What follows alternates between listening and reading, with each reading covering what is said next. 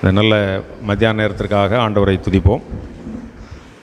ஆண்டவர் தம்முடைய பிள்ளைகளுக்கு நல்ல வாய்ப்புகளை அவரே உருவாக்கி தருகிறார். அதன்படி நம்முடைய பண்ணைவிளை கிராமத்திலும் அதனுடைய சுற்றுவட்டார பகுதியிலும் இருக்கிற வாலிபர்களுக்குன்னு இல்லை, சிறு வயதிலிருந்தே அல்லது பெரியவங்க கூட, திருமணமானவங்க கூட இந்த போட்டித் தேர்வு எழுதலாம். நிறைய பேர் எழுதுகிறாங்க. ஆனால் என்ன, அந்த வாய்ப்பு நமக்கு கிடைக்காதனால இந்த நிறைய பேர் அதை விட்டுறாங்க. இது நமக்கு உரியது கிடையாது, இது வேறு யாருக்கோ உரியதுன்னு. அதுலேயும் நம்ம ஊரில் இந்த ட்ராபேக் அல்லது அப்படியே ஸ்டே பேக் அப்படிம்பாங்களா, அப்படியே உட்காந்துடுறது. ஓரளவுக்கு வந்த பிறகு ஸ்டாக்னேஷனாக அப்படியே தேங்கிடுறது. நம்ம ஊரில் நிறைய பேர் பார்த்தோன்னா கிராஜுவேட் இருப்பாங்க. ஏன்னா பக்கத்தில் போப்ஸ் காலேஜ் இருக்கிறனால கிட்டத்தட்ட 90% +2 முடிச்சிட்டாங்கன்னா அதில் ஒரு 10% ஆட்கள் தான் கிராஜுவேட் ஆகாமல் இருப்பாங்களே தவிர எல்லோரும் கிராஜுவேட் தான். பிஎஸ்சியோ பிஏவோ பிகாமோ ஏதோ ஒரு டிகிரி முடிச்சிடுறாங்க. ஆனால் முடித்த பிறகு அடுத்து என்ன பண்ணணும் அப்படிங்கிற ஒரு ஐடியாவோ அல்லது அதை பற்றி சிந்தனையோ இல்லாமல் ஸ்டேஜில் உட்காந்து ஃப்ரீ ஃபயர் விளாண்டுட்டு கொத்தனார் வேலைக்கு போயிட்டு அப்படியே நேரத்தை ஓட்டிடுறாங்க. இங்கே தான் அவங்கள கிண்டல் பண்ணி எழுப்பி விடுறதுக்கான விஷயங்கள் நம்மகிட்ட இருந்தும் அதை பயன்படுத்துறதுக்கான வாய்ப்புகள் இல்லை. சர்ச் ஒரு அருமையான ஒரு சேனல். அதனால் இந்த நிகழ்ச்சி இந்த பகுதியில், அதாவது நம்ம பண்ணைவிளை பகுதியில் யங் பயனியர் அசோசியேஷன் அப்படின்னு முதலூர், ஆறுமுனேரி போன்ற பகுதியில் ரொம்ப சிறப்பாக செஞ்சிட்ருக்காங்க. அவங்களுடைய குழுவினர் இந்த நாளில் நம்மகிட்ட வந்திருக்காங்க. அவங்கள எல்லாரையும் அன்போடு நான் வரவேற்கிறேன். இந்த குழுவுக்கு லீட் பண்ணி கொண்டு போகிறது தலைவர் அப்படிங்கிறத விட அவங்கள மோட்டிவேட் பண்ணி இனிஷியேட் பண்ணி லீட் பண்ணி கொண்டு போகிறது மிஸ்டர் ஜான் கென்னடி அண்ணன். அவங்கள இன்னும் சீக்கிரத்தில் நம்ம வந்துடுவாங்க. 4:30 வந்துடுவாங்க. எப்போதும் சத்தம். அதோட மிஸ்டர் கனிஷ்டன் பிரதர் இங்கே வந்திருக்காங்க. அவங்கள நம்ம கைத்தட்டி அவங்கள அன்போடு வரவேற்போம். அதே போல் ஆத்தூர்லேருந்து ஒரு விஓ சார் அவங்களும் வர இருக்காங்க. அவங்களையும் நாம் அன்போடு வரவேற்போம். அந்த டீம் மெம்பர்ஸ் எல்லாரையும் மிகுந்த அன்போடு கைகளை தட்டி நம்முடைய பண்ணைவிளை வாலிபர்கள் சார்பாக மிகுந்த அன்போடு வரவேற்போம். முத்துராமன் சார் ஒரு வேளை வந்தாலும் வருவாங்க. அவங்க டீம் மெம்பர்ஸ் நிறைய பேர் வந்திருக்காங்க. எல்லாருக்கும் அன்பான வாழ்த்துகள், வரவேற்புகள். ஒரு டீம், யூத் டீம் அப்படி இருந்து இன்னொரு ஊரில் போய் இம்பேக்ட் பண்ணக்கூடிய அந்த ஒரு வாஞ்சை, ஒரு ஆர்வம் ஆண்டவர் அவர்களுக்கு இயல்பாகவே கொடுத்துருக்கார். பை நேச்சர் வந்திருக்கலாம் சிலருக்கு தூண்டுதல் நிமித்தமாக வந்திருக்கலாம். ஏதோ ஒன்று முதலூர்லேருந்து ஆறுமுனேரிலேருந்து அந்த பகுதியில் இருந்தாலும் வெயிலுக்குள்ளே இந்த 2 மணி 1:30 மணிக்கு சாப்பிட்டுட்டு வெயிலுக்குள்ளே கார்லையும் பைக்கிலையும் புறப்பட்டு வந்திருக்காங்கங்கிறதே மிகப்பெரிய ஆச்சரியமான ஒரு விஷயம். தொடர்ந்து அவங்க நமக்கு நிறைய விஷயங்களை பகிர்ந்துக்கிடுவாங்க. ஒருவேளை இன்றைக்கி கூட்டம் குறைவாக இருந்தாலும் அந்த டீமுக்கு நாங்கள் கொடுக்குற அஷூரன்ஸ் என்னென்னா, நிச்சயமாக வர்ற நாட்களில் கண்டிப்பாக நிறைய பேரை நம்ம நிச்சயமாக கூட்டி சேர்க்க முடியும். ஏன்னா பண்ணவளை, பண்டாரவளை, மன்னாரந்திட்ட அந்த பகுதியிலலாம் இன்னும் கொஞ்சம் நம்ம இனிஷியேட் பண்ணி நம்ம ட்ரை பண்ணோன்னா இன்னும் நிறைய பேரை கண்டிப்பாக கூப்பிடலாம். ஏன்னா நிறைய பேர் உண்டு. நான் போப்ஸ் காலேஜில் படித்து முடித்தவங்க, படிச்சுக்கிட்டு இருக்கிறவங்க அப்படிலாம் பார்த்தா நிறைய பேர் இருக்காங்க. அவங்களுக்கு கொஞ்சம் சொன்னோம்னா நிச்சயமாக ஒரு 30-40 பேருக்கு மேலே கண்டிப்பாக வருவாங்க. கல்யாணம் ஆனவங்க கூட நிறைய பேர் படிச்சுட்டு இருக்காங்க. நிறைய பேர் கேட்குற ஒரே கேள்வி என்ன, டெட் எக்ஸாம் கோச்சிங் கொடுப்பாங்களா அப்படின்றாங்க. கொடுக்கீங்களா? சரி, அதை பற்றி அவங்க பேசுவாங்க. அப்படிங்கும்போது வர நாட்களில் மிக சிறப்பாக இருக்கும். ஸ்டான்லி அண்ணன் எப்போவுமே நம்ம கிராமத்தில் உள்ள நிகழ்ச்சிகளில் மிக சிறப்பாக பங்கேற்கிறவங்க, நம்ம கிராமத்து மேலே தனி அக்கறை உடையவங்க. அவங்களையும் மிகுந்த அன்போடு வரவேற்கிறேன். நம்முடைய பண்ணைவிளை திருத்துவ ஆலய செயலாளர் அண்ணன் எப்ராஹிம் வந்திருக்காங்க. நம்முடைய பஞ்சாயத்து துணைத் தலைவர் வேதமாணிக்கன் வந்திருக்காங்க. நம்முடைய திருமண்டல செயற்குழு உறுப்பினர் டிசி மெம்பர் சேகர் வந்திருக்காங்க. நம்முடைய முன்னாள் பொருளாளர், நம்முடைய பண்ணவிளை, பண்டாரவிளை, நம்ம சுற்று வட்டார பகுதியில் ஒரு வெல்விஷராக இருக்கிற மதிபாலன் அண்ணன் அவங்களும் வந்திருக்காங்க. நம்முடைய தியோடர் சார் அவங்களும் நம்முடைய கிராமத்தின் மீது நல்ல அக்கறை உடையவங்க. இப்படி எல்லாரும் வந்திருப்பது மிகுந்த மகிழ்ச்சி. எல்லாரையும் மிகுந்த அன்போடு வரவேற்கிறேன். இப்போதும் ஜெபித்து இந்த வேலையை ஆரம்பிப்போம். ஜெபிக்கலாம். நம்முடைய மத்தியிலே வந்திருக்கிற திரு அருள்ராஜ் ஐயா அவர்கள், ஜோஷுவா அருள்ராஜ் அவர்கள் பண்ணை விலை சேகர தலைவர் ஜெபித்து இந்த நிகழ்ச்சியை ஆரம்பிப்பார்கள். அன்பின் கர்த்தாவே, இந்த மகிழ்ச்சியான கர்த்தருடைய நாளின் மாலை நேரத்துக்காக நன்றி செலுத்துகிறோம். இந்த ஒரு அருமையான ஒரு அரிய வாய்ப்பை நீர் எங்களுக்கு ஏற்படுத்தி கொடுத்திருக்கிறீர். சபை மூலமாக அருமையான இந்த கிராமங்களை சேர்ந்த திருச்சபை பிள்ளைகள் மற்றும் அருகாமையில் இருக்கிற பிள்ளைகள் தங்களுடைய பட்டப்படிப்புக்கு பிறகு எப்படி இந்த உலகத்தில் வாய்ப்புகளை நாம் உருவாக்கி கொள்ள வேண்டும் என்பதற்கு நல்ல ஒரு பயிற்சி பட்டறையை இந்த அருமையான ஸ்தாபனத்தின் மூலமாக கர்த்தர் ஏற்படுத்தி பிள்ளைகள் அதிலே ஆர்வத்தோடு பங்கு பெற்று தொடர்ந்து நடைபெறுகிற அவர்களுடைய அந்த நிகழ்ச்சிகளிலே அவர்கள் பங்கு பெறவும், அதன் மூலமாக எதிர்காலத்தின் வேலைகள் வாய்ப்புகள் போட்டி நிறைந்த உலகம். அதனாலே இந்த போட்டித் தேர்வுகளுக்கு எப்படி ஆயத்தம் செய்து தங்களை இன்னும் மேலும் தகுதிப்படுத்தி கொள்ளலாம் என்று ஆர்வத்தோடு வந்திருக்கிற அருமையான மாணவர்களுக்கு இங்கே இருக்கின்ற ரிசோர்ஸ் பர்சன்ஸ் மூலமாக நல்ல நம்பிக்கையும் அவர்களுக்கு எதிர்பார்ப்பையும் கொடுத்து இந்த நிகழ்ச்சியை ஆசீர்வதிங்க. இங்கே வந்திருக்கின்ற அருமையான திருச்சபையின் மூப்பர்கள், அருமையான எங்களுடைய சபைமன்ற தலைவர் கனம் ஐயர் அவர்கள் மற்றும் எல்லாருக்காக நன்றி செலுத்துகிறோம். இன்னும் அநேகர் பங்கு பெறட்டும். இந்த நிகழ்ச்சி ஆசீர்வாதமாக அமையட்டும். எல்லாரும் தொடர்ச்சியாக இந்த ட்ரைனிங் ப்ரோக்ராமில் பங்கு பெற்று நல்ல வாய்ப்புகளை பெற்றுக்கொள்ளட்டும். இங்கே வந்தது நல்லது, மிகுந்த பிரயோஜனமாக இருந்தது என்று ஒவ்வொரு பிள்ளைகளும் அனுபவிக்கத்தக்கதாக கர்த்தர் இதை ஆசீர்வதித்தாரும். நல்ல காலநிலையில் தாரும். மன மகிழ்ச்சியோடு பயிற்றுவிக்கட்டும். பயின்று இந்த பிள்ளைகள் ஆசீர்வதிக்கப்படட்டும். இயேசுவின் நாமத்தில் இவைகளை வேண்டிக் கொள்கிறோம் பிதாவே, ஆமேன். அன்பார்களே, தொடர்ந்து மிஸ்டர் கனிஷ்டன் பிரதர் அவர்கள் இந்த நிகழ்ச்சியை நடத்துவார்கள்.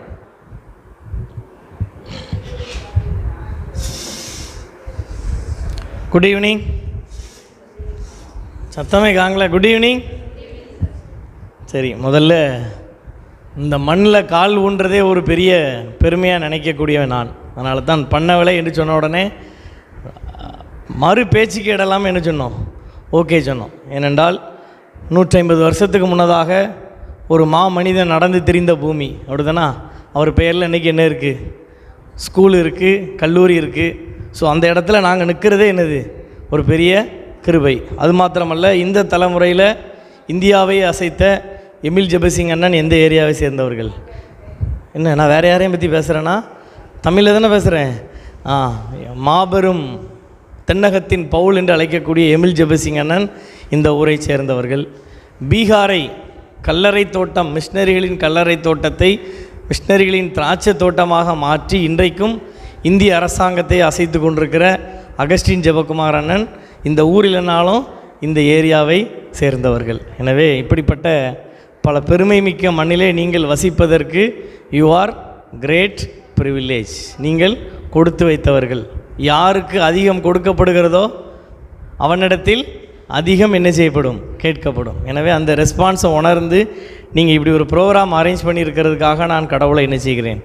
நன்றி செலுத்துகிறேன், துதிக்கிறேன். இப்படிப்பட்ட ஒரு நல்ல வாய்ப்பை உங்களுக்காக மூப்பர்கள், கமிட்டி அங்கத்தினர்கள் எடுத்திருக்கிறாங்க. நிறைய இடங்களில் இதே மாதிரி எடுக்கிறாங்க. ஆனால் என்ன பிரச்சனை அப்படின்னா, எல்லா இடங்கள்லையும் நடத்துகிறவங்களுக்கு இருக்கிற ஆர்வம் அட்டன் பண்ணுற யங்ஸ்டர்ஸுக்கு என்ன செய்யலை இல்லை. நான் முதல்ல உங்களுக்கு ஒரு ரெக்வெஸ்ட் வைக்கிறேன். அடுத்த வாரம் வரும்போது அட்லீஸ்ட் ஒரு நபர் ஒருத்தரையாவது என்ன செய்யணும்? கூட்டிகிட்டு வரணும். எல்லா மிஷினரிஸ் வந்த இடங்கள்லையும், நாசரேத்து, திருமறையூர், முதலூர், வெஞ்ஞானபுரம், கிறிஸ்டியா நகரம், வெள்ளாரன் விலை, இப்பொழுது நம்முடைய பண்ணை விலை, இப்படி எல்லா இடங்கள்லையும் இப்போ இந்த காரியங்கள் கொஞ்சம் கொஞ்சமாக நடந்துக்கிட்டு வருது. ஆனால் ஒரே ஒரு குறை தான். என்னென்னா, மூப்பர்களுக்கும் குருவானவர்களுக்கும் கமிட்டி அங்கத்தினர்களுக்கும் இருக்கிற பாரமும் அந்த துடிப்பும் யார்கிட்ட இல்லை? யங்ஸ்டர்ஸே இல்லை. ஐயா அழகாக சொல்லிட்டாங்க. கிரவுண்டில் ஸ்டேஜில் உட்காந்து என்ன விளையாண்டுட்ருக்காங்க? Free fire, PUBG. ஐயா பண்ண விலையினுடைய நிலைமை மட்டுமல்ல, டிஎன்டியுடைய எல்லா இடங்கள்லையும் என்னது இதான் நிலைமை. எங்கள் முதலூரில் 5 ஆண்டுகள் இந்த கிளாஸ் நடந்துக்கிட்டு இருக்குது. ஒய்பிஐ நிறுவனமும் முதலூர் பாஸ்டரேட்டும் இணைந்து இந்த ஊழியத்தை 5 வருடங்கள் செய்து கொண்டிருக்கிறோம். நான் செக்ரட்டரியாக இருக்கிறேன். என்னுடைய மனைவி மற்றும் என்னுடைய தம்பிமாரெல்லாம் கிளாஸ் எடுக்கிறாங்க. 5 ஆண்டுகளிலே மொத்தம் 12 பேர் அரசு பணிக்கு போயிருக்கிறாங்க. குரூப் 4ல் 4 பேர், குரூப் 2ல் 2 பேர், அசிஸ்டன்ட் ஜெயிலராக ஒருவர், போலீஸில் 2 பேர், பேங்கில் 2 பேர்னு சொல்லி 12 பேர் அரசு பணியில் போயிருக்கிறாங்க. நேர்மையானவர்கள், ஆண்டவரை சொந்த இரட்சகராக ஏற்றுக்கொண்டவர்கள் 12 பேர் போயிருக்கிறது மட்டும் இல்லை. டெட்டு தேர்வு, டிஇடி டீச்சர்ஸ் எலிஜிபிலிட்டி தேர்வில் 2023ஆம் ஆண்டு 7 பேர் வெற்றி பெற்று ஒருவர் டீச்சராக அப்பாயிண்ட் ஆனாங்க. போப் ஸ்கூலில் தான் வேலை பார்த்தாங்க. இப்போ புலம்பாடன் ஸ்கூலுக்கு மாறி போயிட்டாங்க. ஜெயக்குமாரின்னு ஒரு டீச்சர், அவங்க எங்ககிட்ட டெட்டில் படித்தவங்க தான். இன்றைக்கி அவங்க எங்களுக்கு கிளாஸ் எடுக்கிறாங்க. கடந்த டெட்டு ஜனவரி மாதம் வெளியிடப்பட்ட தேர்விலே 87 பேர் எங்களுடைய மையத்திலே படித்தவர்கள் என்ன செய்தார்கள், தேர்ச்சி பெற்றார்கள் டெட் தேர்வில். ஸோ இதில் நான் என்ன பார்த்தேன் அப்படின்னா, படித்து பாஸ் பண்ணி எல்லாம் போனது இந்த 5 ஆண்டுகளில் பெரும்பாலும் 99% எங்கள் முதலூரை சாராதவர்கள். நடக்கிறது முதலூரில், ஆனால் முதலூர்லேருந்து வருபவர்களுடைய எண்ணிக்கை 1 2 தான். மற்ற சுற்று வட்டாரங்கள்லேருந்து வர்றாங்க. எதுக்காக சொல்கிறேன்னா, இந்த நம்ம அந்த கிறிஸ்தவ கிராமங்களில் இளைஞர்களுடைய நிலைமை எப்படி தான் இருக்குது, பரிதாபமாக இருக்குது. 10th முடிக்கிறாங்க அல்லது 12th, மிஞ்சி போனால் ஒரு டிகிரி, அடுத்து ஒரு மளிகை கடைக்கு போயிட வேண்டியது, இல்லைன்னா ஒரு கொத்தனார். இப்படியே நம்ம ஒரு சராசரியாக அந்த இளைஞர்களுடைய வாழ்க்கை என்ன செய்து விடுகிறது, முடிந்து விடுகிறது. அப்படி அல்லாமல் ஒரு தரமான தேசத்திலே நல்ல தலைவர்களை உருவாக்க வேண்டும் என்கிற உன்னத நோக்கோடு கூட இந்த மாதிரி பயிற்சி என்ன செய்யப்பட்டிருக்கு, ஆரம்பிக்கப்பட்டிருக்கு. சரியா, இதை நீங்கள் மறந்துடக்கூடாது. இது கடவுளுக்கு பிரியமான ஒரு காரியம், ஆண்டவரை விருப்பப்படுத்தக்கூடிய ஒரு காரியம். ஒரு 250 வருஷத்துக்கு முன்னாடி இந்தியாவுக்கு ஒரு மனிதன் வந்தார், இங்கிலாந்திலிருந்து வந்தார். அவருக்கு இந்தியா சொந்த நாடு கிடையாது, ஆனால் இந்தியா மேலே அவர் அக்கறைப்பட்டார். இங்கே வந்து பார்க்கும்போது இந்தியர்களுடைய நிலைமை ரொம்ப மோசமாக இருந்தது. பெண்களை படிக்க விட மாட்டேங்கிறாங்க. பெண்களை மாத்திரம் இல்லை, யாரையுமே படிக்க விட மாட்டேங்கிறாங்க, குறிப்பிட்ட ஒரு இனத்தவரை தவிர. படித்தோம் அப்படின்னா நம்ம காதில் எதை ஊற்றிடுவாங்க, ஈயத்தை காய்ச்சி ஊற்றி விடுவார்கள். கணவன் இறந்து விட்டால் பெண்களை என்ன பண்ணிடுவாங்க, அந்த தீயில சேர்த்து என்ன பண்ணிடுவாங்க, எரித்துருவாங்க. பெண் பிள்ளை பிறந்துச்சுன்னா கள்ளிப்பால் கொடுத்து என்ன செய்திருவாங்க, கொன்றுவாங்க. ஒரு குறிப்பிட்ட ஒரு ஜாதியினருக்கு ஈக்குவலாக மற்ற மக்கள் என்ன செய்ய முடியாது, சேரில் உட்கார முடியாது. ஒரு ஃபால்ஸ் இருக்குது, அருவி இருக்குதுன்னா அந்த அருவியில் எல்லாரும் போய் என்ன செய்ய முடியாது, குளிக்க முடியாது. நான் சொல்கிறது வேறு எங்கேயோ நடந்ததில்லை, 250 ஆண்டுகளுக்கு முன்னதாக இந்தியாவிலே நடந்த காரியம். அப்போ இதையெல்லாம் அந்த மனிதன் பார்க்கிறார். அவர் பார்த்துவிட்டு என்ன செய்கிறார் என்றால், இப்படிப்பட்ட நிலைமைகளெல்லாம் மாற வேண்டுமானால் நல்ல நேர்மையான அதிகாரிகள் தேசத்தினுடைய IAS IPS ஆக வர வேண்டும் என்று சொல்லி அவர் இங்கிலாந்துக்கு சென்று இங்கிலாந்தில் உள்ள திருச்சபையில் ஒரு அறைகோல் விடுக்கிறார். படித்த யங்ஸ்டர்ஸ் எங்கே வாங்க, இந்தியாவுக்கு வாங்க. எப்படி வாங்க, as a IAS IPS bureaucrats, அதிகாரம் உள்ளவர்களாக வாங்க என்று சொல்லி அவர் அழைப்பு கொடுத்து பல பேர் வந்தார்கள். அவர்களுக்கென்று ஒரு கல்லூரியை ஆரம்பித்தார். ஃபோர்ட் வில்லியம் காலேஜ் என்று சொல்லி கல்கத்தாவிலே ஒரு கல்லூரி ஆரம்பித்து அந்த கல்லூரியிலே IAS IPSஐ அவர் ட்ரெயின் அப் பண்ணினார். நான் சொல்லுகிற நபர் யார் என்றால், நவீன இந்தியாவின் விடிவெள்ளி என்று அழைக்கப்படுகிற வில்லியம் கேரி. அவரை பற்றி நமக்கு தெரிந்ததெல்லாம் 40 மொழிகளிலே பைபிள் மொழிபெயர்த்தார் என்று மட்டும்தான் தெரியும். அதையும் தாண்டி இந்தியா என்று இன்றைக்கு ஒரு நாடு உருவாகி இருக்கிறது என்றால் அதற்கு வில்லியம் கேரியினுடைய பங்கு மிக மிக அளப்பரியது. அப்படி அந்த கல்லூரியிலே பயிற்சி பெற்ற மாணவர்கள் இந்தியாவின் அத்தனை இடங்களிலும் IAS IPS ஆஃபீஸர்களாக என்ன செய்தார்கள், பணி நியமனம் பெற்றார்கள். நான் ஒரு சின்ன உதாரணத்தை சொல்கிறேன். அப்படி அந்த கல்லூரியிலே படித்த ஒரு மாணவர் தான் கலெக்டர் ஆஷ் என்று சொல்லி திருநெல்வேலி மாவட்டத்திலே கலெக்டராக நியமிக்கப்பட்டார். இன்றைக்கும் ஜூலை மாதம் ஆகிவிட்டென்றால் தென்றல் அடிக்கிறது என்று சொல்லி குற்றாலத்துக்கு ஆனந்த குளியல் போட என்ன செய்கிறோம், செல்லுகிறோம். 150 ஆண்டுக்கு முன்னதாக ஒரு குறிப்பிட்ட இனத்தவரை தவிர நீங்களும் நானும் குற்றாலம் அருவியிலே குளிப்பதற்கு காலடி எடுத்து வைக்க முடியாது என்கிற தடையை நீக்கி எறிந்தவர் கலெக்டர் ஆஸ். ஃபோர்ட் வில்லியம் கல்லூரியிலே படித்த மாணவர். புரியுதா, புரியலையா? எங்கேயோ ஒரு இடத்துல ஒரு கிளாஸ் நடக்கு, நான் பாஸ் ஆகிறதுனால என்ன ஆக போகுதுன்னு நீங்கள் கேட்கக்கூடாது. அது இந்தியாவினுடைய தலையெழுத்தையே என்ன செய்யும், மாற்றி அமைக்கும். நான் அப்படிப்பட்ட ஒரு ஃபயர், ஒரு தேசத்திலே ஒரு வெறி உங்களுக்கு என்ன செய்ய வேண்டும், பிடிக்க வேண்டும். வெறித்தனமாக உட்கார்ந்து படித்து நீங்கள் நல்ல நிலைமைக்கு வர வேண்டும். இதைத்தான் அவர் விரும்பினார். இந்த வில்லியம் கேரி விரும்பினதை தான். தேசத்தை ஆளுகிறவர்கள் நேர்மையானவர்களாக, உண்மையானவர்களாக, கடவுளுடைய பிள்ளைகளாக இருக்கும் பொழுது அங்கே ஏழைகள் என்ன செய்யப்படுவார்கள், போஷிக்கப்படுவார்கள். நீதி இருக்கும், நேர்மை இருக்கும், லஞ்சம் இருக்காது. இந்த பூமி கடவுள் விரும்புகிற பூமியாக, நீதி வாசமாக இருக்கும் பூமியாக அது என்ன செய்யும், மாறும் என்கிற உன்னத நோக்கத்தோடு தான் அவர் அந்த காரியத்தை என்ன செய்தார். நான் சொன்னது ஒரு கலெக்டர் ஆஸ் தான். இன்னும் அவர் செய்த அத்தனை காரியங்களையும் நான் பட்டியல் போட்டேன் என்று சொன்னால் நீங்கள் திங்கள் செவ்வாய்க்கிழமை வரை இந்த இடத்துல நீங்கள் என்ன செய்திருக்க வேண்டும், உட்கார்ந்திருக்க வேண்டும். அதையெல்லாம் சொல்லி நான் நேரத்தை வீணடிக்க விரும்பவில்லை. ஆனால் நீங்கள் தெரிந்து வைத்துக் கொள்ளுங்கள். You can search in internet. நீங்கள் போய் படித்து பாருங்கள். Legacy of the William Carey என்று சொல்லி அடித்து பாருங்கள். இன்றைக்கு இருக்கிற ஐபிசி என்று சொல்லுகிற இபிகோ தண்டனை சட்டம், அதை இயற்றியவர் டிபி மெக்காலே என்று சொல்லக்கூடிய வில்லியம் கேரியினுடைய நண்பர். 1843ஆம் ஆண்டு இங்கிலாந்து பாராளுமன்றத்திலே ஒரு சட்டம் இயற்றப்பட்டது. அடிமைத்தன முறை ஒழிக்கப்பட்டது. அதை ஒழிப்பதற்கு காரணமாக இருந்தவர் வில்லியம் வில்பர்ஃபோர்ஸ். அவர் வில்லியம் கேரியினுடைய நண்பர். ஏன் 1813ஆம் ஆண்டு 2 மணி நேரம் வில்லியம் வில்பர்ஃபோர்ஸ் பாராளுமன்றத்தில், இங்கிலாந்து பாராளுமன்றத்திலே பேசினார், இந்தியாவுக்கு மிஷினரிகளை அனுப்ப வேண்டும் என்று சொல்லி. அதற்கு பின்னதான் அனுமதி கிடைத்து 1813க்கு அப்புறம் தான் இந்தியாவுக்கு மிஷினரிஸ் வந்து ஸ்கூலை கட்டி உங்களுக்கு எனக்கு என்னதை கொடுத்தாங்க, படிப்பை கொடுத்தாங்க. அதனால தான் இன்றைக்கி நம்ம என்ன செய்யப்பட்டிருக்கோம், வெல் பிளஸடாக இருக்கோம், டீசெண்டாக ட்ரெஸ் பண்ணுறோம், நாகரீகம் வந்திருக்கு. ஸோ இது எல்லாமே இந்த பகுதிக்கு வந்த மிஷினரிகள் போட்ட பிச்சை என்பதை மறந்துவிடக்கூடாது. அப்போ இவ்வளோ தூரம் நமக்கு ப்ரிவிலேஜ் இருக்குது. இப்படி கூட்டு உங்களை ஒத்து சொல்லி கொடுத்து உங்களுக்கு அரேஞ்ச் பண்ணுறதுக்கு வாய்ப்பு இருக்குது. இவ்வளவும் கொடுத்துட்டு தான் எவனிடத்தில் அதிகம் கொடுக்கப்படுகிறது அவனிடத்தில் அதிகம் கேட்கப்படும். அதனால் உங்கள் ரெஸ்பான்ஸ் என்னென்னா, வாரத்துக்கு ஒரு நாள் தான் கிளாஸ் நடக்கும், சண்டே 3 to 6 மட்டும்தான். நீங்கள் என்ன செய்யுங்க, இன்னும் நிறைய பேரை அழைத்து கொண்டு வர வேண்டும். சரியா? எனவே இந்த விஷயத்தை நீங்கள் என்ன செஞ்சிடக்கூடாது, மறந்து விடக்கூடாது. அது மட்டும் இல்லாமல் நீங்கள் படிக்கிறதுனால ஏன் இப்படிப்பட்ட ப்ரோக்ராம்னா, ஒரு தலைமுறையே என்ன செய்யுது, மாற்றம் அடையுது. அதை நீங்கள் மறந்துடக்கூடாது. ஒரு தலைமுறையே மாற்றம் அடையுது. இப்போ உங்களுக்கு இன்னும் புரியும்படி சொல்கிறேன்னா, எங்கள் அப்பா அஞ்சாப்புறம் தான் படிச்சிருக்காங்க, எங்கள் அம்மாவும் அஞ்சாப்புறம் தான் படிச்சிருக்காங்க. எங்கள் அப்பா அம்மா கடை வச்சுருந்தாங்க, இப்போ விட்டுட்டாங்க. சரியா? ஒரு சாதாரண கடை வைத்திருந்தார்கள். ஆனால் என்னையும் என் தங்கச்சி என்ன பண்ணாங்க, நல்லா படிக்க வச்சாங்க. நான் படித்தேன். 22 வயசில் அரசு வேலைக்கு போனேன். ஜஸ்ட் 22, 22 வயதில். இப்போ எனக்கு வயசு 31, 9 ஆண்டுகள் ஆகிறது, 8 ஆண்டுகள். 22 வயசில் நான் அரசு வேலைக்கு போனேன். வாலிப வயதில் கடவுளை கரெக்டாக தேடினேன், வேதத்தை சரியாக வாசித்தேன், ஆலயத்தை நேசித்தேன், ஒழுங்காக உட்காந்து என்ன செய்தேன், படித்தேன். 22 வயதில் வேலை கிடைத்தது. அதோடு நிப்பாட்டலை. என்னை போல் நிறைய பேர் வரணும்னு சொல்லிவிட்டு இந்த 8 ஆண்டுகள் நான் என்ன செய்து கொண்டிருக்கிறேன், உழைத்து கொண்டிருக்கிறேன். அதனுடைய விளைவு தான் ஜெரால்ட், வினோத் எல்லாம் அவங்ககிட்ட பேசுவாங்க. அப்போது இன்றைக்கி எங்களுடைய நிலைமை பார்த்தா, ஸோ ஒரு போலீஸ் ஆஃபீஸர்னாலும் சரி, தாசில்தார்னாலும் சரி, குருவானவர்கள், ஸோ எல்லாரோடு எளிதாக நெருங்கி பழகக்கூடிய ஒரு சோசியல் ஸ்டேட்டஸை ஆண்டவர் என்ன பண்ணியிருக்காரு, கொடுத்துருக்காரு. நான் அதான் சொன்னேன், ஒரு தலைமுறை மாற்றம். என் தந்தைக்கும் தாய்க்கும் கிடைக்காத ஒரு சமூக அங்கீகாரம் எனக்கு கிடைத்திருக்கிறது என்றால் அதற்கு காரணம் first of all everything God. ரெண்டாவது, நான் அடைந்திருக்கிற இந்த அரசு பதவி. புரியுதா புரியலையா?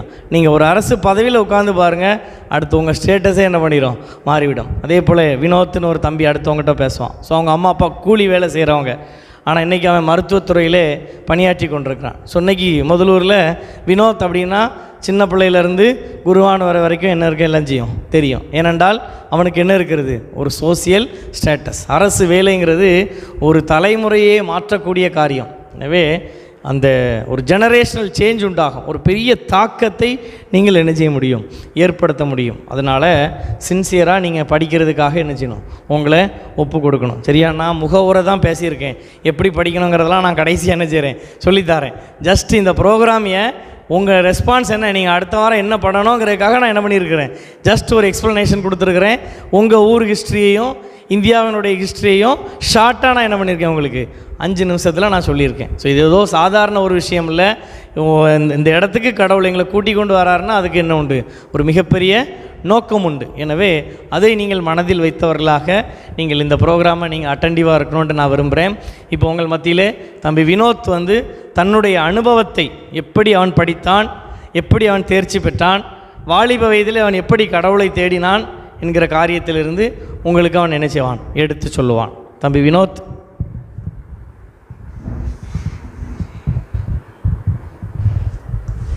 Good evening. ஓகே, ஸோ என்னை பற்றி ஒரு சில விஷயம் சொல்லிட்டு அப்புறம் என்ன அப்படின்னு நான் சொல்கிறேன். நான் பேர் Vinod Gnanamani.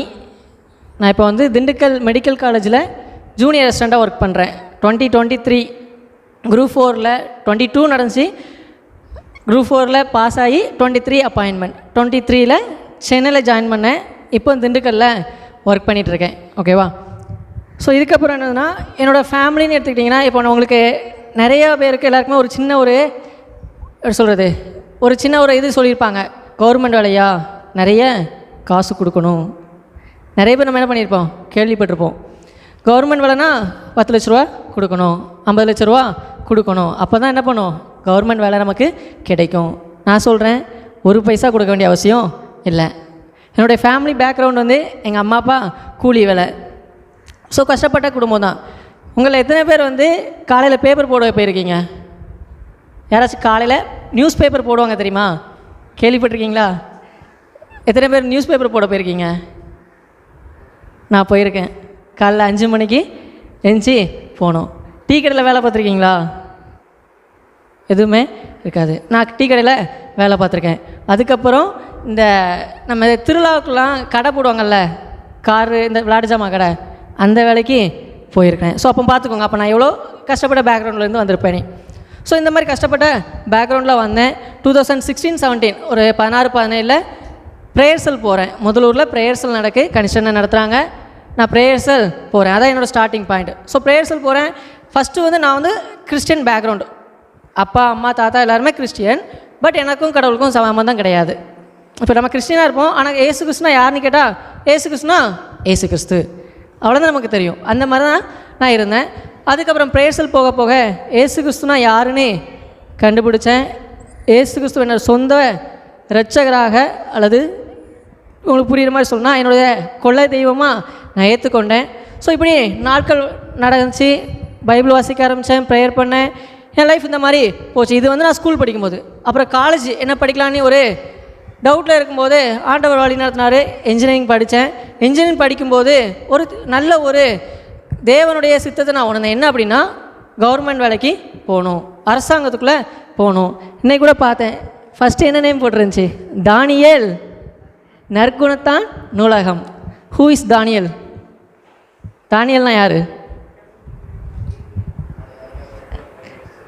He's a prime minister.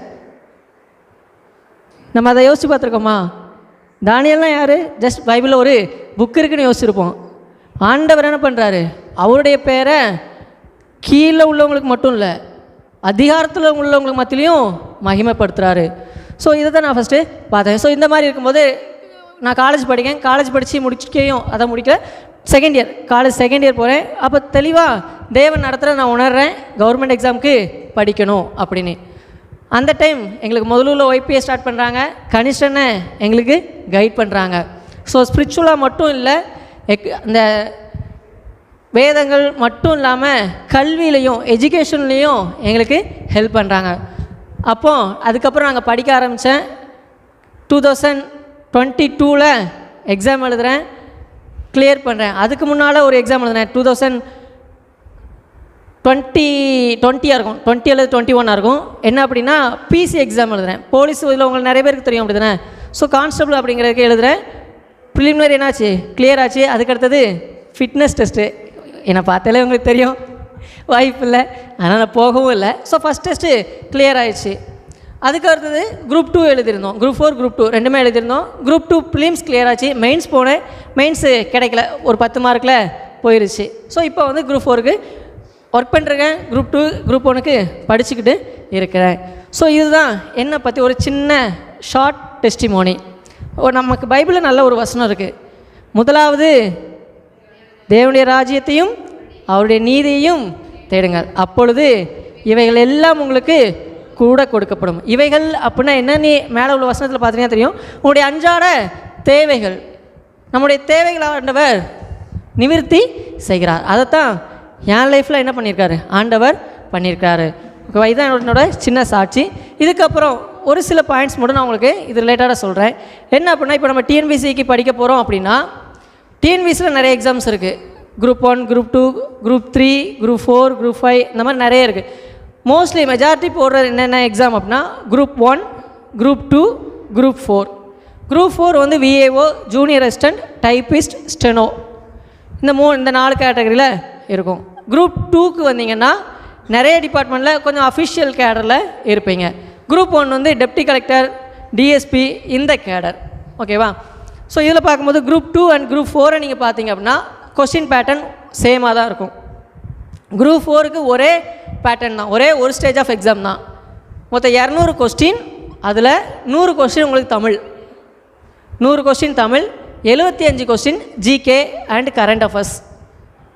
மீதி உள்ள 25 கொஸ்டின் மேக்ஸ், அதாவது ரீசனிங் அண்ட் ஆப்டிடியூட். இதில் எத்தனை பேருக்கு மேக்ஸ் வராது? மேக்ஸ் எத்தனை பேருக்கு வராது? நம்ம மைண்டில் நிறைய இருக்கும் அப்படி தானே, மேக்ஸு வரவே வராதுன்னு. பேசிக் மேக்ஸ் தான், தனி வட்டி, கூட்டு வட்டி, இந்த மாதிரி 10th லெவலில் இருக்க பேசிக் மேக்ஸ் தான் இருக்கும். நீங்கள் பயப்படுற அளவுக்கு அந்தளவுக்கு எதுவுமே இருக்காது.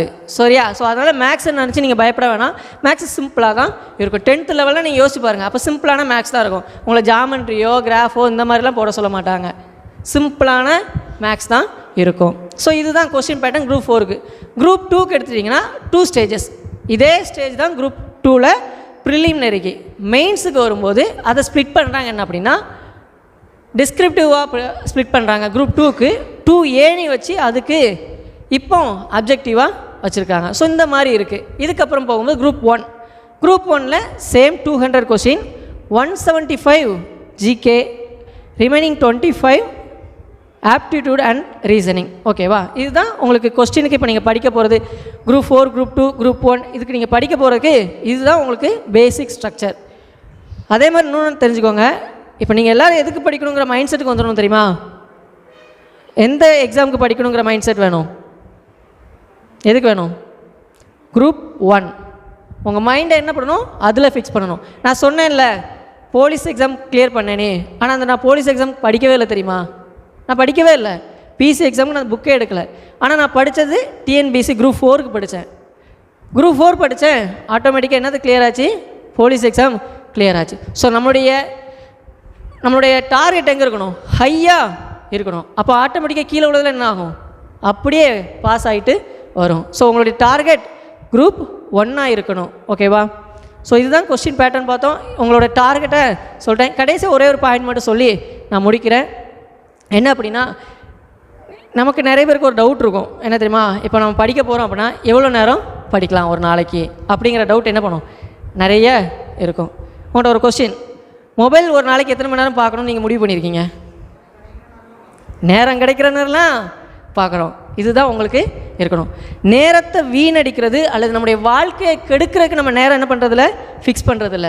ஆனால் நம்மளுடைய வாழ்க்கையை உயர்த்துறதுக்கு, நம்முடைய நேரத்தை மதிப்பு மிக்கதாக ஆக்குறதுக்கு நம்ம என்ன கேட்கும்? நேரம் எவ்வளோ அப்படின்னு கேட்கும். ஃபிக்ஸ் பண்ணணுமா அப்படின்னு கேட்குறோம். ஸோ இந்த மைண்ட் நமக்கு இருக்கணும். இதை நான் படிக்கும்போது எனக்கு ஒரு அண்ணன் சொன்னது, அவங்க சொல்லும்போது நானே அதை யோசித்தேன். நீ எவ்வளோ நேரம் படிக்கணும்னு கேட்கவே கூடாது. உனக்கு எவ்வளோ நேரம் கிடைக்குதோ அவ்வளோ நேரம் என்ன பண்ணணும்? படிக்கணும். சரியா? நம்ம மைண்டில் அதை வச்சுப்போம். இன்னொன்று மட்டும், நான் வந்து இப்போது ஒர்க் பண்ணிட்டுருக்கேன். அது மாதிரி முதலூரில் கிளாஸ் எடுக்கேன். நான் பாலிட்டி கிளாஸ் இப்போ எடுக்கேன். இதுக்கு முன்னால் எக்கனாமிக்ஸ் எடுத்தேன், ஹிஸ்ட்ரி எடுத்தேன். ஸோ இந்த மாதிரி மாற்றி மாற்றி நாங்கள் எடுப்போம். வேறு எதுவும் டவுட்னா நீங்கள் எங்களை கேட்கலாம். தேங்க்யூ. கடைசியில் உங்களுடைய கேள்விகள் இருந்தால் நீங்கள் என்ன செய்யலாம்? கடைசியில் நாங்கள் கேட்குறோம். இப்போ அடுத்தபடியாக 3 மாதங்களில் விரைவாக படித்து வங்கி தேர்வில் வெற்றி பெற்ற எனது துணைவி ஜெனிஃபர் அவர்கள் தன்னுடைய அனுபவத்தை உங்களுக்கு என்ன செய்வார்கள்? பகிர்ந்து கொள்வார்கள்.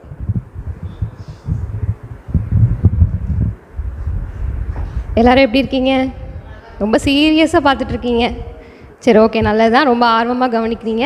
இங்கே வந்திருக்கிற உங்கள் எல்லாருக்கும் ஆண்டவராக இயேசு கிறிஸ்துவின் நாமத்தினால உங்களை வணக்கம் சொல்லிக்கிறேன். நான் வந்து பிஎஸ்சி மேக்ஸ் படித்தேன். என்னோடய qualification BSc maths. 10th 493 mark எடுத்தேன். 12th 1146. நீங்கள் 600க்கு எழுதியிருந்தீங்கன்னா 573 மார்க் வரும். சரியா? எனக்கு எல்லா கட் ஆஃபும் இருந்துச்சு. இன்ஜினியரிங் கட் ஆஃப் இருந்துச்சு, டாக்டர் கட் ஆஃப் இருந்துச்சு, ஃபிஷரிஸ் கட் ஆஃப் இருந்துச்சு.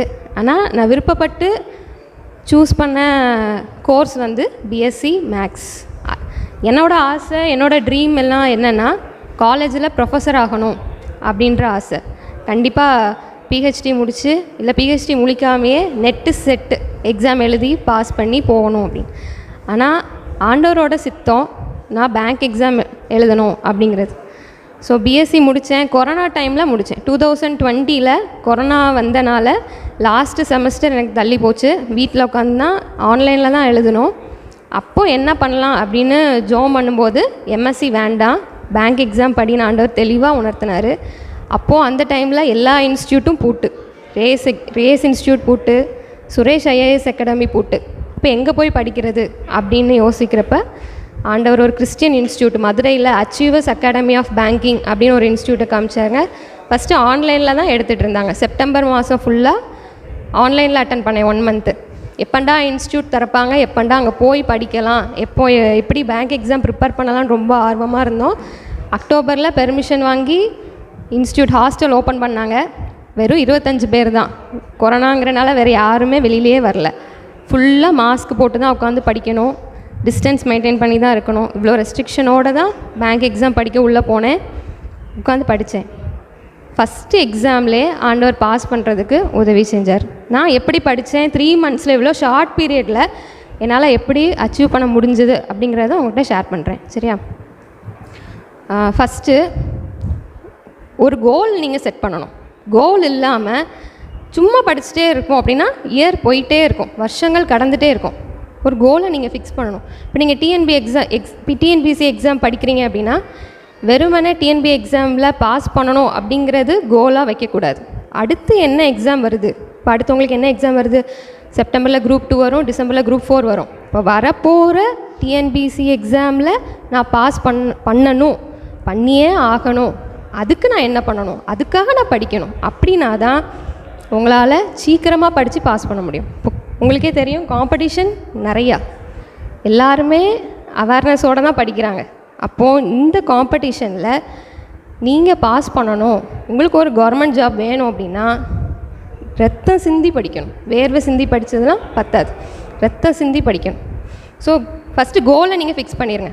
இப்போது இந்த எக்ஸாம் வரப்போகுது, இந்த எக்ஸாமில் நான் பாஸ் பண்ணியே ஆகணும். நான் அப்படி தான் படித்தேன்.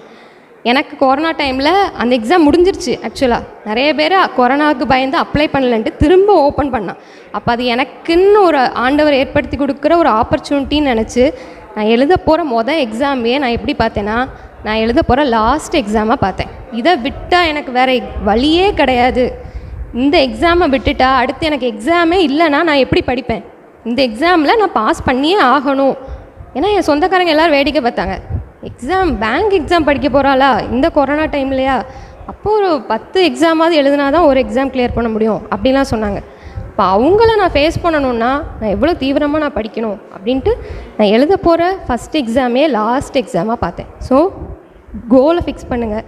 வரப்போகிற எக்ஸாமில் நான் கண்டிப்பாக பாஸ் பண்ணியே ஆகணும் அப்படின்ட்டு கோலை ஃபிக்ஸ் பண்ணுங்கள். அந்த கோலை விட்டு எப்போவுமே நீங்கள் விலகவே கூடாது. நீங்கள் தூங்கினாலும் சரி, மற்றவங்ககிட்ட பேசினாலும் சரி, படித்தாலும் சரி, சர்ச் அட்டன் பண்ணாலும் சரி, உங்களுக்கு அந்த கோல் உங்கள் கண்ணு முன்னாடி இருந்துகிட்டே இருக்கணும். சரியா? ஸோ கோல் ஃபிக்ஸ் பண்ணிட்டீங்க. இப்போ அந்த கோலை எப்படி அச்சீவ் பண்ணலாம் அப்படிங்கிறதுக்கு பிளான் பண்ணணும், ஷெட்யூல் போடணும். ஷெட்யூல் போட்டு படிக்கணும். எல்லாருக்கும் 24 hours தான் இருக்குது, அப்படி தானே? ஸோ அந்த 24 hours சில பேர் சொல்லுவாங்க எனக்கு டைமே இல்லைம்பாங்க. நீங்கள் 1 hour once ஷெட்யூல் போட்டு படிக்கணும். நான் எக்ஸாம் படிக்கிறப்ப 4 hours தான் தூங்கினேன். 12:30க்கு படுப்பேன், காலையில் 4:30க்கு எழுந்திரிச்சிருவேன். 4:30க்கு எழுந்திரிச்சு குளிச்சிருவேன். பாத்ரூம் போயிட்டு ப்ரெஷ் பண்ணிவிட்டு குளிச்சுட்டு என்னோடய ட்ரெஸ்ஸெல்லாம் ஹாஸ்டலில் இருந்தனால நான் தான் ட்ரெஸ்ஸெல்லாம் துவைக்கணும். ட்ரெஸ்ஸெல்லாம் துவைச்சி காய போட்டு 5 மணிக்கு இந்த வேலையெல்லாம் முடிச்சிருவேன். 5 மணிக்கு முழங்கால் போட்டு ஜோம் பண்ணி பைபிள் வாசிட்டு 5:45 வரை ஆண்டவரோட சமூகத்தில் இருப்பேன். 6 மணிக்கு எனக்கு இன்ஸ்டியூட் போயிடுவேன். இன்ஸ்டியூட் போய் காஃபி குடிச்சிட்டு 6 மணிக்கு படிக்க ஆரம்பிப்பேன். என்ன படிக்க போகிறேங்கிறத முந்தின நாள் நைட்டே ஒரு பேப்பரில் எழுதிடுவேன். என்னோடய பேப்பர் நான் கொண்டு வரணும்னு நினச்சேன், மறந்துட்டேன். 6 to 7 அப்படின்னு 6 AM to 7 AM இந்த 1 hourல நான் என்ன படிக்க போகிறேன். அடுத்து 7 AM to 8 AM இந்த 1 hourல நான் என்ன படிக்க போகிறேன். குவான்ஸ் எனக்கு quants, reasoning, English, aptitude, GK 5 இது உண்டு, கரண்ட் அஃபேர்ஸ் உண்டு. சரியா? இந்த இதில் காலையில் நல்லா ஃப்ரெஷ்ஷாக இருக்கும். ஸோ கஷ்டமான டாப்பிக்கை காலையில் படிப்பேன். குவான்ஸ் ஒவ்வொருத்தருக்கும் ஒவ்வொரு மாதிரி இருக்கும். நான் அதுக்காக எல்லாரையும் சொல்லுவேன், உங்களுக்கு எந்த டாபிக் ஹார்டாக இருக்கோ அதை காலையில் படிங்க. காலையில் ஃபுல் எனர்ஜியில் இருப்போம். ஸோ காலையில் படிக்கிறப்ப உங்களுக்கு ஈஸியாக இருக்கும். நைட்டு உங்களுக்கு பிடிச்ச டாபிக், எவ்வளோ பண்ணாலும் தூக்கமே வராது. எனக்கு மேக்ஸ் போட பிடிக்கும். ஒரு இதுக்கு ஆன்சர் வரலன்னா ஆன்சர் வந்ததுக்கப்புறம் தான் நான் தூங்கவே போவேன். ஸோ அந்த இதை நான் நைட் எடுப்பேன். ஓகேவா? உங்களுக்கு நைட்டு என்ன படித்தா ஈஸியாக இருக்கும், தூக்கம் வராது அப்படின்னு நினைக்கிறீங்களோ அதை நீங்கள் நைட்டு போட்டுக்கலாம். சரியா? ஏன்னா 12:30 வரைக்கும் நம்ம உட்காந்துருக்கணும். நைட்டு நம்ம பகலில் படிக்கிறப்ப தானாக தூக்கம் வரும். சாப்பிட்டதுக்கப்புறம் தூக்கம் வரும், இல்லை மத்தியானம் அப்படியே அந்த காற்றடிக்கிறப்ப தூக்கம் வரும். அப்போ என்ன பண்ணுவேன்னா, என்ன படிக்கிறேனோ அப்படியே வச்சுட்டு வேறு டாபிக் மாற்றிடுவேன். எனக்கு இன்ட்ரெஸ்டிங்கான டாப்பிக்கை மாற்றிடுவேன் தூக்கம் போகிறதுக்காக. தூக்கம் வருதுன்னு தூங்கவே மாட்டேன், 5 நிமிஷம் கூட படுக்க மாட்டேன், டாப்பிக்கை மாற்றிடுவேன். போர் அடிக்குது, ஒரு டாபிக் அப்படியே ஓட மாட்டேங்குது, மைண்டு ஒரு மாதிரி இருக்குனாலும் வேறு டாபிக் மாற்றிடுவேனே ஒழிய படிக்கிறத ஸ்டாப் பண்ணவே இல்லை. ஒரு நாளைக்கு 18 மணி நேரம் படித்தேன். அப்போ நான் அதனால தான் ஈஸியாக பாஸ் பண்ண முடிஞ்சிச்சு. 18 hours படித்தேன், கான்ஸ்டண்ட்டாக படித்தேன். இதில் என் ஹாஸ்டலில் யாருமே இப்படி படிக்க மாட்டாங்க. ஹாஸ்டலுக்கு போனதுக்கப்புறம் எல்லோரும் உட்காந்து படம் பார்ப்பாங்க, அவங்க அப்பா அம்மாட்ட பேசுவாங்க, இந்த மாதிரி நிறையா இருந்துச்சு. ஸோ இது மத்தியில் நான் படிக்கணும். அப்போ நான் என்ன பண்ணேன்னா, உட்காந்து சாப்பிட்டுட்டு வந்து ரூமுக்கு வந்து என் பெட்டில் உட்காந்துருவேன், குனிஞ்சத்தனை நிர்மணாமல் உட்காந்து படிப்பேன். யார் நீ என்ன வேணாலும் சொல்லிக்கோ, என்ன வேணாலும் பண்ணிக்கோ. ரொம்ப நாய்ஸாக இருந்துச்சுன்னா காதில் ஹெட்ஃபோன் போட்டு பாட்டு கேட்டுகிட்டே உட்காந்து படிப்பேன். இதுதான் பண்ணுவேன். நிறைய பேர் கிண்டல் பண்ணுவாங்க, இப்படி உட்காந்து படிக்கா பாரு, இப்படி உட்காந்து படிக்கா பாரு. ஆனால் 3 வருஷம் 4 வருஷம் படித்து அந்த எக்ஸாமில் பாஸ் பண்ணாமல் நிறைய பேர் இருந்தாங்க. சின்சியராக படித்தனால காட்ஸ் கிரேஸில் ஃபஸ்ட் அட்டம்ப்ட்லேயே பாஸ் பண்ணுறதுக்கு ஆண்டவர் உதவி செஞ்சார். ஸோ பிளான் பண்ணி படிக்கணும். சரியா? கண்டிப்பாக நீங்கள் ஷெட்யூல் போடுங்க. ஷெட்யூல் போடும்போது ஃப்ரீ டைமும் போடுவேன். ஒரு 1 hour ஃப்ரீ டைம் போட்டுருவேன். ஏன்னா கண்டிப்பாக போட்ட எல்லா ஷெட்யூலையும் படிக்க முடியாது, அதிகமாக தான் போடுவோம். ஸோ டைம் சில பேர் என்ன பண்ணுவாங்க, டவுட்டு கேட்குறதுக்கு வருவாங்க. அப்போ நமக்கு அந்த டைம் வேஸ்ட் ஆகும். டவுட்டு கேட்டு வரும்போது கண்டிப்பாக நான் சொல்லிக் கொடுப்பேன். திரும்ப திரும்ப அதே சமுக்கு வேறு ஒருத்தவங்க வந்தாலும் சொல்லிக் கொடுப்பேன். நீங்கள் சொல்லிக் கொடுக்கும்போது உங்களுக்கு நல்லா ஸ்டோர் ஆயிரும். நிறைய பேர் சொல்லிக் கொடுக்கவே மாட்டாங்க, எனக்கு தெரியாதுன்னு போயிடுவாங்க. ஏன்னா நீங்கள் மற்றவங்களுக்கு சொல்லிக் கொடுத்து பாருங்கள், உங்கள் மனசை விட்டு அது போகவே போகாது. நீங்கள் ஒரு விஷயத்த கேட்குறீங்க, இப்போ நான் பேசுகிறத கேட்குறீங்க, இது உங்களோட மனசில் 10% தான் ஸ்டோர் ஆகும். ஒரு இதை படிக்கிறீங்க, ஒரு விஷயத்தை படிக்கிறீங்கன்னா 30% ஸ்டோர் ஆகும். ஒரு விஷயத்தை நீங்கள் பார்க்குறீங்க, வீடியோவாக பார்க்குறீங்கன்னா 50% ஸ்டோர் ஆகும். இதே இது ஒரு விஷயத்தை நீங்கள் எழுதி பார்க்குறீங்க, எழுதி பார்த்து படிக்கிறீங்கன்னா 75% உங்கள் மனசில் பதியும். ஆனால் அதே ஒரு விஷயத்தை நீங்கள் மற்றவங்களுக்கு சொல்லி கொடுத்தீங்கன்னா 95% உங்கள் மனசை விட்டு போகவே போகாது. நீங்கள் சொல்லி கொடுத்த விஷயத்தை ரிவிஷன் பண்ணணுன்னு அவசியமே இருக்காது. நீங்கள் சொல்லி கொடுத்து பாருங்கள், கண்டிப்பாக உங்களுக்கு அது மறக்கவே மறக்காது. மற்றவங்களுக்கு சொல்லிக் கொடுங்க. நீங்கள் படிக்கிறத உங்கள் கூட பிறந்தவங்களுக்கோ இல்லை உங்கள் ஃப்ரெண்ட்ஸுக்கோ கண்டிப்பாக சொல்லிக் கொடுங்க, மனசை விட்டு போகவே போகாது. நான் அது பண்ணேன். என்கிட்ட டவுட்டு கேட்குறதுக்குனே நிறைய பேர் வருவாங்க, எல்லாருக்கும் சொல்லிக் கொடுப்பேன். யாருமே நீ இப்போ அப்படி அப்புறம் வா நான் இப்போ இது படிக்கிறேன் அப்படி சொல்லவே மாட்டேன். வந்தால் உடனே உட்காந்து சொல்லிக் கொடுப்பேன். சரியா? மற்றவங்களுக்கு சொல்லிக் கொடுக்கும்போது நம்ம முன்னேறுவோம்.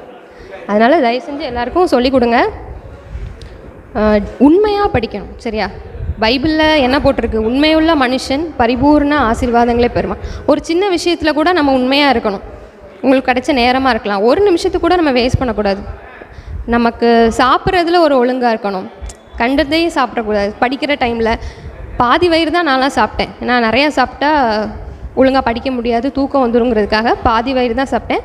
ஆனால் ஆரோக்கியமாக சாப்பிட்ணும். அதுக்காக பாதி வயிறு சாப்பிட்டா எனர்ஜி போயிடும். எனக்கு முடி வந்து இங்கே வரைக்கும் இருக்கும், சடை பண்ணி போட்டால் இங்கே வரைக்கும் இருக்கும். பேங்க் எக்ஸாம் 3 மாதம் படித்ததில் எல்லா முடியும் போயிடுச்சு. எதையுமே இழக்காமல் நம்மளோட இலக்கை அடையவே முடியாது. கண்டிப்பாக அதில் லாஸ் இருக்கணும், சாக்ரிஃபைஸ் இருந்தால் மட்டும்தான் நம்மளோட கோலை அச்சீவ் பண்ண முடியும். சரியா? So goal, set your goal, plan your schedule, உண்மையாக இருங்க, கண்டிப்பாக ஆண்டவர் உங்களை உயர்த்துவார். தேங்க்யூ.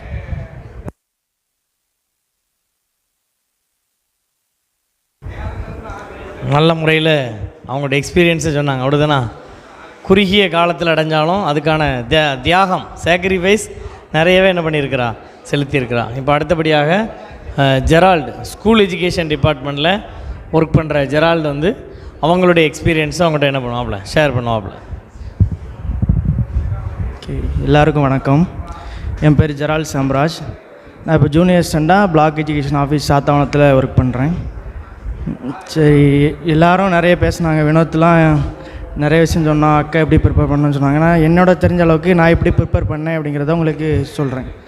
அதாவது நான் கொரோனா முடிஞ்ச டைம் தான் நான் பாஸ் அவுட் ஆனது, 21 பாஸ் அவுட் ஆனேன். அடுத்து குரூப் 4 டிஎன்பிசி அந்த மாதிரி தான் போகணும்னு நினச்சப்போ எல்லோரும் சொன்னது என்னென்னா, குரூப் 4 படித்தா குரூப் 4 லெவலுக்கு படிக்காத, குரூப் 1 ஸ்டாண்டர்டுக்கு படி, அப்போனா தான் வரிசையாக எல்லா எக்ஸாமும் கிளியர் ஆகும் அப்படின்ட்டு. அதே மாதிரி நான் படித்தப்போவே ஸ்கூல் புக் மட்டும் படிக்கலை, அதுக்கு மேலே தான் பேஸாக படிக்கும்போதே படித்தேன். அதனால் நான் ஃபஸ்ட் அட்டம்ப்ட்லேயே group 1 preliminary, group 2 preliminary, group 4 pass பண்ணி இப்போ வேலையில் இருக்கேன். மெயின்ஸ்லாம் குரூப் 1 எழுதியிருக்கேன், குரூப் 2 எழுதியிருக்கிறேன்.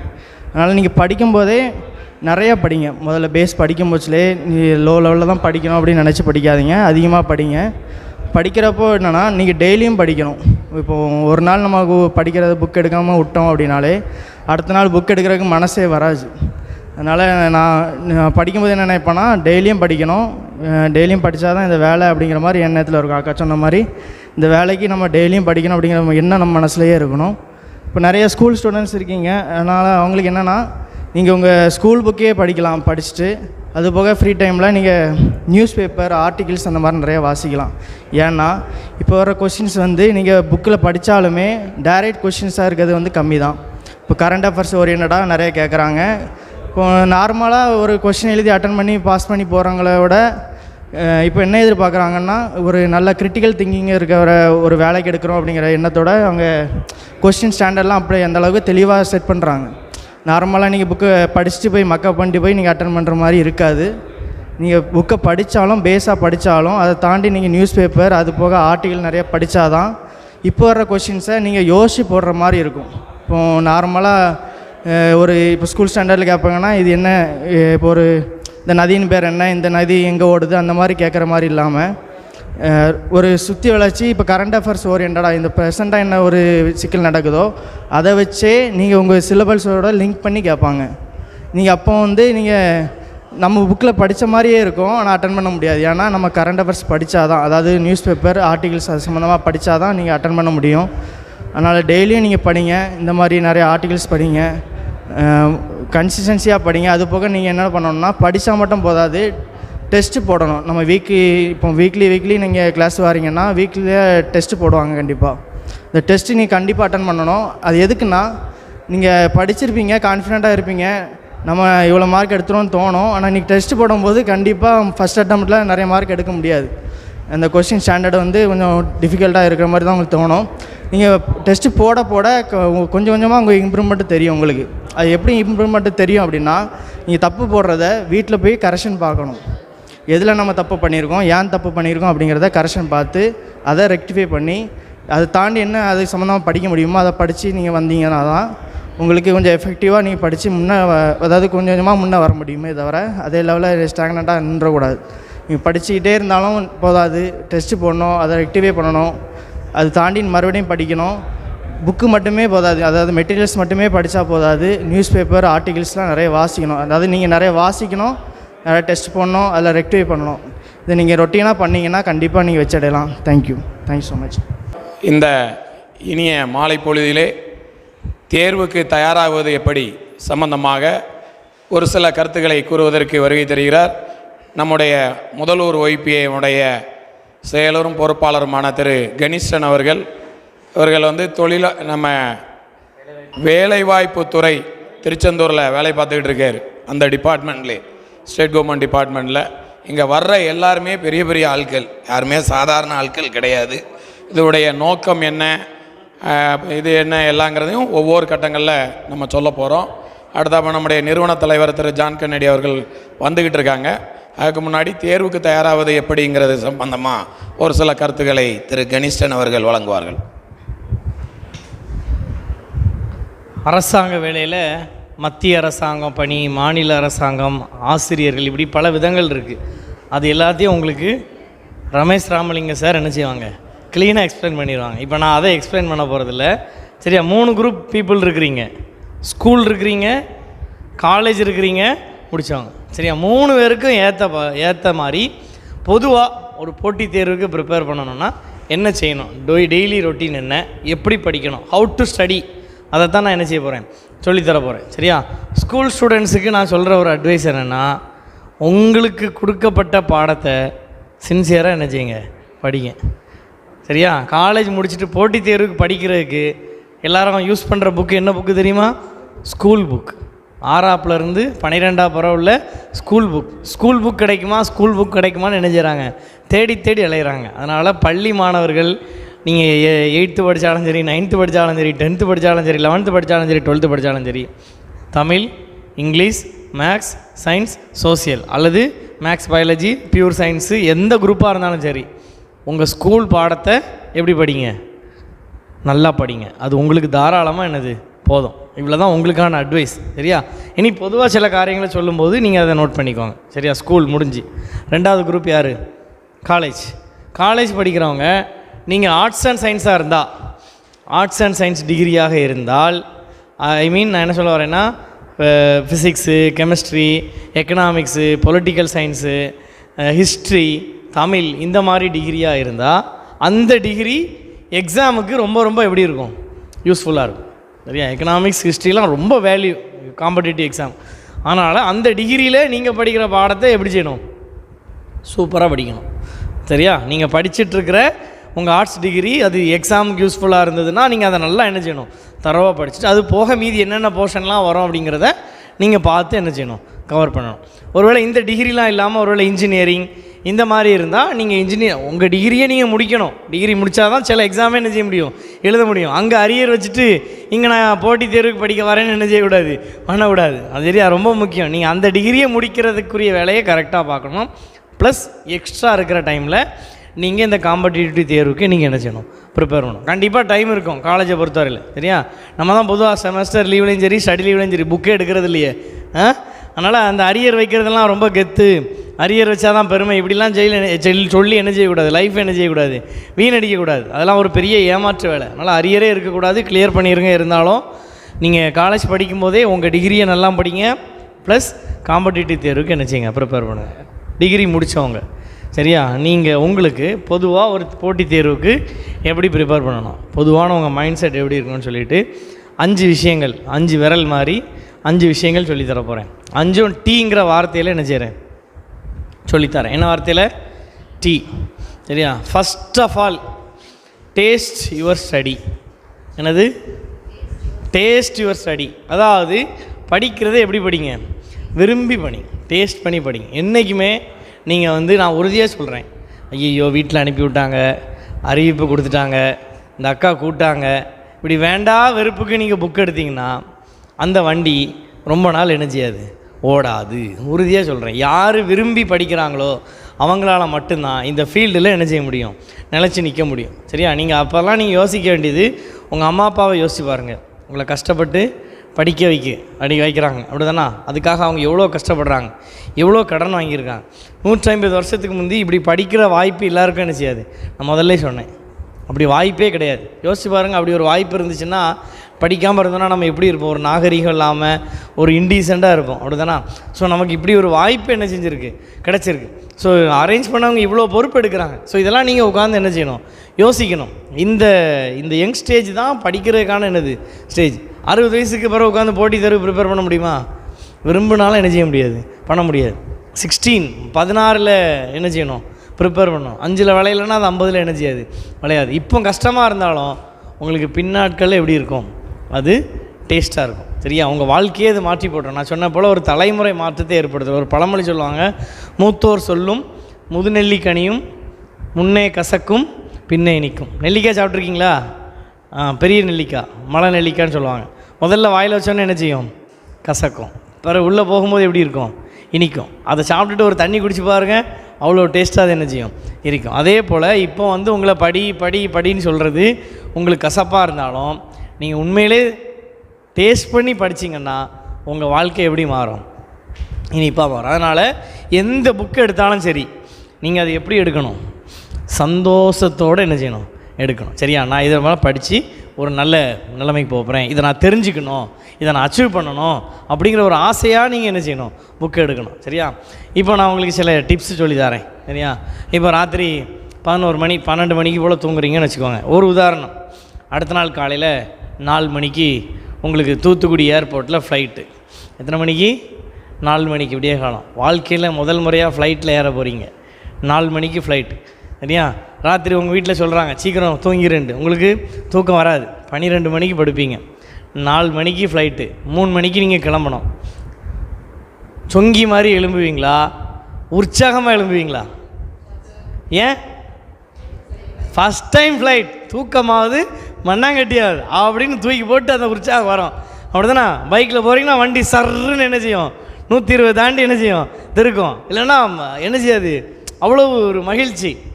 சரி, இப்போ ஃப்ளைட்டில் ஏறிட்டு சரி தூங்கலை, ஒரு நல்ல தூக்கத்தை போடும், அப்படி தூங்குவீங்களா? ட்ராவலை என்ன பண்ணுவீங்க, என்ஜாய் பண்ணுவீங்க. அப்போ அவ்வளோ ஸ்ட்ரென்த் எங்கேருந்து கிடைக்கி? முந்தின நாள் சரியாக தூங்கலை, முந்தின நாள் ஃபுல்லாக வேலை செஞ்சுருக்கீங்க. ஆனால் அந்த நாள் ஃபுல்லாக எப்படி இருக்கீங்க, ஆக்டிவாக இருக்கீங்க. இன்னும் உங்களுக்கு இறங்கி சொல்கிறேன், டூர் போகிறீங்க, திருவனந்தபுரம் டூரு, இல்லை மைசூர் டூரு. முந்தின நாள் ஃபுல்லாக ஸ்கூலில் இருந்திருக்கீங்க, இல்லை காலேஜில் இருந்தீங்க. அடுத்த நாள் ஃபுல்லாக டூரில் போய் 2 நாள், டூரில் போய் எவனாவது 2 நாள் ஃபுல்லாக பஸ்ஸில் படுத்து தூங்கின ஒரு ஆளை காட்டு பார்ப்போம்.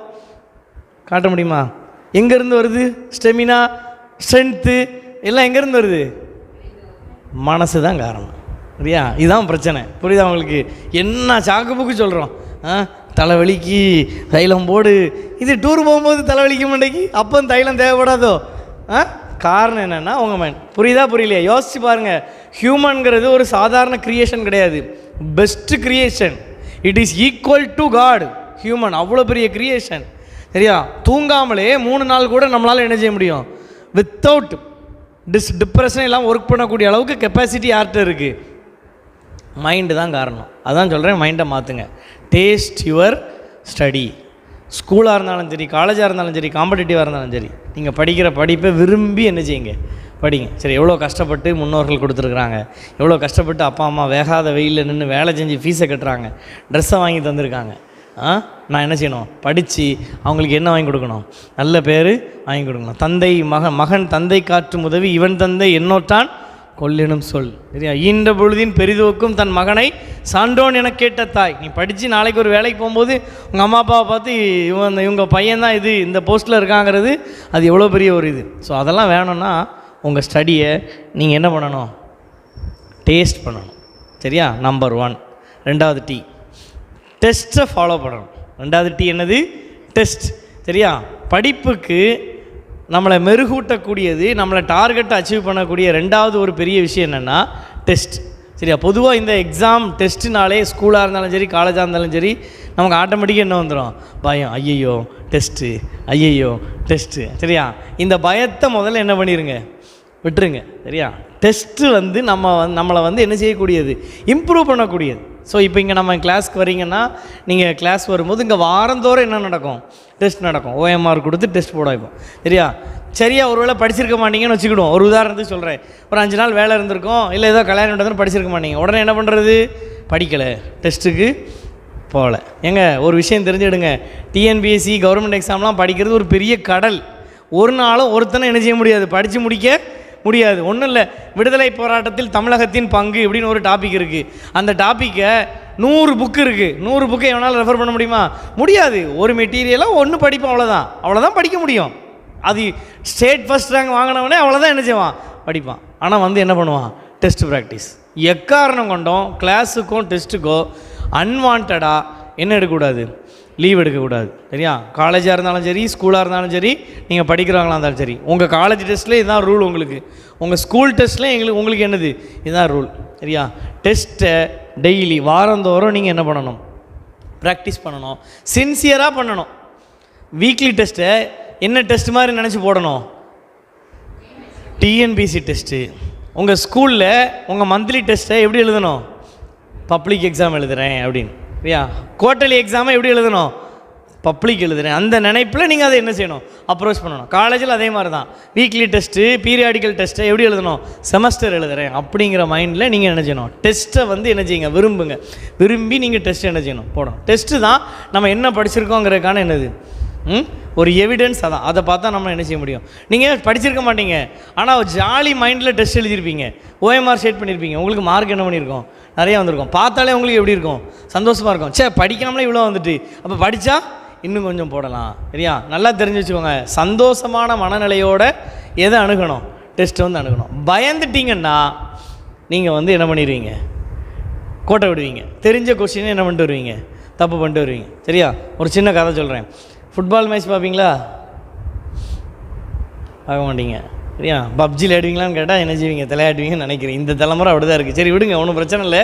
ஃபுட்பால் பார்க்க மாட்டீங்க, அதனால் உங்களுக்கு சொல்லி புரியாது. சரி, நான் இன்னும் ஃபுட்பால் வேர்ல்டு கப் நடந்துகிட்ருக்கு. சரியா? கிரிக்கெட்டும் எல்லோரும் பார்ப்போம், அதை விட ஐபிஎல்லாம் எல்லாருக்கும் என்ன செய்யும், தெரியும். சரி, ஐபிஎல் மாதிரி வச்சுக்கோங்க. ஃபுட்பால் வேர்ல்டு கப் நடந்துகிட்ருக்கு.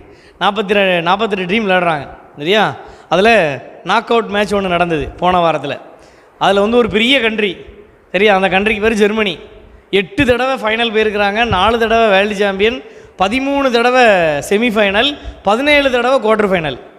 21 வேர்ல்டு கப்பில் 17 தடவை குவார்ட்டர் ஃபைனல் போயிருக்கு, 13 தடவை செமிஃபைனல் போன டீம், பெரிய டீம். 4 தடவை வேர்ல்டு சாம்பியன். உலக ஃபிஃபா பட்டியலில், வேர்ல்டு தரவரிசை பட்டியலில் 41வது இடத்துல ஒரு டீம் இருக்குது, பராகுவே. 2 டீமும் விளையாடுறாங்க. யார் ஜெயிப்பான்னு நினைக்கிறீங்க? ஜெர்மனி வந்துட்டு 8 ஃபைனல், 4 சாம்பியன், வேர்ல்டு சாம்பியன், மிகப்பெரிய டீம். ஆனால் என்ன நடந்துச்சு தெரியுமா? ஜெர்மனி தோத்துடுச்சு, பராகுவே வின் பண்ணிட்டாங்க. அதில் பெரிய ஹைலைட் என்னன்னு கேளுங்க, 2 பேரும் ஒவ்வொரு கோல் அடித்தாங்க, டை ஆகிடுச்சு. பெனால்ட்டி ஷூட்டில் ஜெர்மனியை பீட் பண்ணவே முடியாது. பெனால்ட்டி ஷூட்டில் ஜெர்மனி கிங்கு. பெனால்ட்டி ஷூட்னா கோல் கீப்பர் மட்டும் கோல் தடுப்பார், அவன் அடிச்சிட்டு இருப்பான். பெனால்ட்டி ஷூட்டில் ஜெர்மனியை யாரும் என்ன செய்ய முடியாது, இது வரைக்கும் பீட் பண்ணதே கிடையாது. அவ்வளோ பெரிய ரெக்கார்டு வச்சுருக்க ஜெர்மனியை பெனால்ட்டி ஷூட்டில் பராகுவே வின் பண்ணிட்டாங்க. ஹைலைட் என்னன்னு கேளுங்க, பராகுவே நாட்டில் செவ்வாய்க்கிழமை அரசு விடுமுறை. எதுக்கு?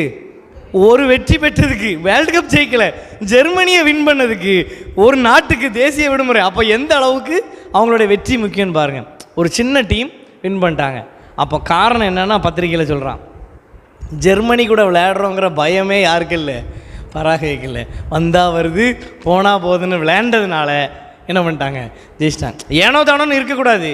பட் எக்ஸாம்னு வந்துட்டா என்ன மைண்ட் செட் வந்துடணும், அடித்து விளையாடுவோம், பார்த்துக்கலாம். சரியா? கிரிக்கெட் பார்ப்பீங்களா? கிரிக்கெட்டில் இந்தியாவிலே கிரிக்கெட் ஜாம்பவான் யார்? தோனியே சொல்லுங்கள். ஏன்னா சச்சின் டெண்டுல்கர், அவர் தான் மாஸ்டர் பிளாஸ்டர். சச்சின் டெண்டுல்கர் வந்து 90 தாண்டினோடனே அவர் என்ன பண்ணிடுவார், கொஞ்சம் நர்வஸ் ஆயிடுவார். நிறைய நேரம் 98, 99. சரி, அவர் கூட இன்னொருத்தர் ஓப்பனிங் இறங்குவார். யார் அப்படின்னா வீரேந்திர சேவாக். சரியா? சேவாக் பார்த்தீங்கன்னா 99லேருந்து பந்து எங்கே போகும், 6ருக்கு போகும். கபில் தேவ் என்ன சொல்லியிருப்பாருன்னா, சச்சின்கிட்ட 90 ரன்னை தாண்டி விட்டால் சேவாக் எப்படி விளையாடுவாரோ அதே போல் யார் விளையாடணும், சச்சின் விளையாடணும்னு சொல்லி அறிவுரை சொல்லியிருப்பார். சேவாக்குடைய குரு யார்? சச்சின். குருவை மிஞ்சிய சீசன் யார்? சேவா. காரணம் என்னென்னா, 99 சரி, 299 சரி, 199 சரி, கொஞ்சம் கூட என்ன இருக்காது, பயமே இருக்காது. சரியா? 195லேருந்து ஒருக்கா அடிப்பார், கேட்ச் ஆயிடுவார். அவங்கள்ட்ட போய் கேட்பாங்க, என்ன சேவாக், மெல்போர்ன் டெஸ்ட்டில் 5 ரனில் 200 மிஸ் பண்ணிட்டீங்களே, போங்க டிராவிட், 3 அடியில் 6 மிஸ் ஆகிட்டு, அவ்வளோதான். கேட்ச் ஆகிட்டார் 6 லைனில். அவன் சொல்கிறான், 5 ரனில் 200 ரன் மிஸ் ஆகிட்டேன், 3 அடியில் 6 மிஸ் ஆகிட்டு, போயிட்டு அடுத்த மேட்ச் பார்த்துக்கலாம், அடுத்த ஒரு வருஷத்தில் 300 என்ன பண்ணுவாப்புல, அடிப்பாப்புல. ஆடுகளன்னு வந்த பிறகு பயங்கிறத என்ன செய்யக்கூடாது, இருக்கக்கூடாது. டெஸ்ட் ஹாலுக்குள்ளே போன பிறகு இந்த பயங்கிற பேச்சுக்கே என்ன இருக்கக்கூடாது. தைரியமாக இருந்தீங்கன்னா நீங்கள் படித்ததெல்லாம் உங்களுக்கு என்ன வரும், நினைவுக்கு வரும். சரியா? இது வந்து எதுக்காக சொல்கிறேன்னா, போட்டித் தேர்வுன்னு வந்த பிறகு பயங்கிறத நம்மளை விட்டு என்ன பண்ணிடணும், எடுத்துடணும். இத்தனை லட்சம் பேர் எழுதுகிறாங்களே, 6 லட்சம் பேர் எழுதுகிறாங்க, 10 லட்சம் பேர் அப்ளை பண்ணியிருக்காங்க. அப்ளை பண்ணிட்டு போட்டு நமக்கு தேவை எத்தனை இடம், 10 லட்சம் இடம் வேண்டாம், எத்தனை இடம், ஒரு சீட்ஸ். அது எனக்கு குறிக்கிறதை கடவுள் என்ன செய்வார், கொடுப்பாருங்கிற நம்பிக்கையோடு நீங்கள் என்ன பண்ணணும், டெஸ்ட்டை அணுகணும். சரி? அப்போ ஃபஸ்ட்டு டேஸ்ட்டு, 2வது டெஸ்ட்டு, 3வது டெம்டேஷன். என்னது? டெம்டேஷன். இந்த படிக்க ஆரம்பித்த உடனே உங்களுக்கு என்ன வரும், சோதனை வரும், கண்டிப்பாக வரும், எழுதி வச்சுக்கிடுங்க. சரியா? இப்போ நீங்கள் வீட்டுக்கு போனோடனே ஏதாவது என்ன வரும், இவனு ஃப்ரெண்டு கேட்பான், 3 F. சரியா? என்னது? பொதுவான பிரச்சனை 3 F. 1 ஃபேமிலி. கண்டிப்பாக ஃபேமிலியில் ஏதாவது ஒன்று, வீட்டில் அப்பா அம்மா சண்டை போடுவாங்க, என்னத்தையாவது ஒன்று வரும். வீட்டுக்கு வீடு ஆசைப்படி, எல்லா வீட்லேயும் பிரச்சனை உண்டு. சரியா? பிரச்சனை இல்லாத ஒரு குடும்பம் தமிழ்நாட்டில் எடுத்து காட்டுங்க பார்ப்போம். சரியா? யாரும் எல்லா வீட்லேயும் பிரச்சனை இருக்கும். 1. 2வது F என்ன தெரியுமா, ஃபினான்ஸ். பொருளாதார பிரச்சனை இல்லாத ஆட்களே எல்லாருக்கும் வரும். வேலைக்கு போக வேண்டியிருக்கும், காசு கொடுக்க வேண்டியிருக்கும், பண நெருக்கடி, ஃபீஸ் கட்ட முடியாது, இது எல்லாருக்கும் வரும். சரியா? 3வது பிரச்சனை ஃப்ரெண்டு. Family, finance, friend. இந்த 3 F எல்லாருக்கும் என்னது வரும். கேட்பாங்க, ஃப்ரெண்டே கேட்பாங்க, என்னடா இவ்வளோ எங்களுக்கு சுற்றிட்டு இருந்தால் இப்போ என்ன செய்கிற, படிக்க போகிற, அதெல்லாம் பாஸ் பண்ண முடியாது, அதெல்லாம் கஷ்டம், காசு கொடுக்கணும். இந்த எதையுமே என்ன செய்யக்கூடாது, இந்த எரும மாடு சொல்லுவாங்க பார்த்துருக்கீங்களா, மழை பெஞ்சாலும் சரி வண்டியில் ஆறுன்னு அடித்தாலும் சரி என்ன செய்யாது, நகலாது. அதே போல் இந்த காம்படிட்டிவ் தேர்வுக்கு வந்த பிறகு நீங்கள் எப்படி இருக்கணும், எரும மாடு மாதிரி நிற்கணும். சரியா? நான் வந்து காலேஜ் தேர்ட் இயர் படிக்கும்போது 18 வயசில் புக் எடுத்தேன், காம்படிட்டிவ் எக்ஸாமுக்கு புக் எடுத்தேன். சரியா? இன்றைக்கு வரைக்கும் நான் அந்த புக்கை என்ன செய்யலை, கீழே வைக்கல.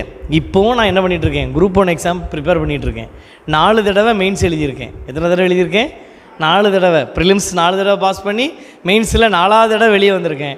4ஆவது தடவை முயற்சி பண்ணிட்டோம் விட்டுருவோன்னு சொல்லி நான் என்ன செய்யலை, திரும்பவும் என்ன செஞ்சுருக்கேன், எடுத்திருக்கேன். சிலர் சொல்லுவாங்க அதெல்லாம் கிடைக்காது, ஒரு குறிப்பிட்ட வயசுக்கு மேலே என்ன செய்ய முடியாது, அச்சீவ் பண்ண முடியாது. யார் சொன்னால் அது வேறு யாருக்காவது போய் என்ன செய்ய சொல்லு. என்னை பொறுத்தவரையில் எனக்கு என்னுடைய ஸ்ட்ரென்த் என்னன்னு யாருக்கு தெரியும், எனக்கு தெரியும். நான் படிச்சிருக்க அளவு வேணும்னு எனக்கு தெரியும். என்னால் அச்சீவ் பண்ண முடியுங்கிற யாருக்கு தெரியும், எனக்கு தெரியும்.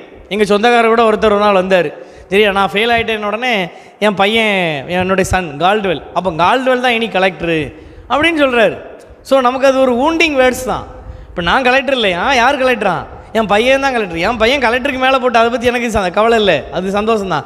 பட் ஆனால் அந்த வார்த்தைகள், அந்த நண்பர்கள், அந்த சுற்று வட்டாரங்கள் உங்களை வந்து பெரும்பாலும் என்ன செய்ய மாட்டாங்க, என்கரேஜ் பண்ண மாட்டாங்க. என்ன பண்ணுவாங்க, டிஸ்கரேஜ் தான் பண்ணுவாங்க. ஆனால் அவங்க சொல்கிறதெல்லாம் கேட்டு ஐயோ சொல்லிட்டாரு அப்படின்லாம் நம்ம என்ன செய்யக்கூடாது, இருக்கவே கூடாது. நீ என்ன வேணாலும் சொல்லு, இந்த காதில் வாங்கிட்டு போயிட்டே இருக்கணும். சரியா? நீ என்னை சொன்னாலும் சரி சொல்லனாலும் சரி. இந்த சூரியன் பார்த்துருக்கீங்களா, சூரியன் இருக்கா, நீ இப்போ எல்லாரும் வெளியே போய் ஒரு 4 திட்டிட்டு வாங்க, நாளைக்கு காலையில் வந்து அவனை கொன்று விடும் அப்படின்னு சொல்லிட்டு வாங்க, அது நாளைக்கு காலையில் வருதானு வரலேன்னு பார்ப்போம். நாளைக்கு காலையில் அது என்ன பண்ணிட்டே இருக்கும், நீ என்ன பண்ணாலும் சரி, மண்ணெளி போட்டாலும் சரி, திட்டுனாலும் சரி, ஏசினாலும் சரி, அது ரொட்டின்னா அது வேலை என்ன பண்ணிட்டே இருக்கும். அதே போல தான் ஃப்ரெண்டு சொன்னாலும் சரி, சொந்தக்கார சொன்னாலும் சரி, அப்பா அம்மா சொன்னாலும் சரி, கூட பிறந்தவங்க கிண்டல் பண்ணாலும் சரி, என்ன பண்ணாலும் சரி, என்ன சோதனை வந்தாலும் சரி, உங்கள் வேலை என்னது, படிக்கிறது, படிச்சுக்கிட்டே இருக்கிறது. சரியா?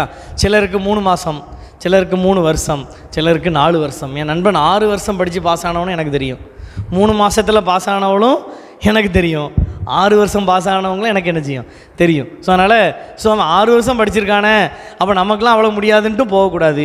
3 மாதத்தில் நம்மளால் முடியாதுன்ட்டு என்ன செய்யக்கூடாது, விலக கூடாது.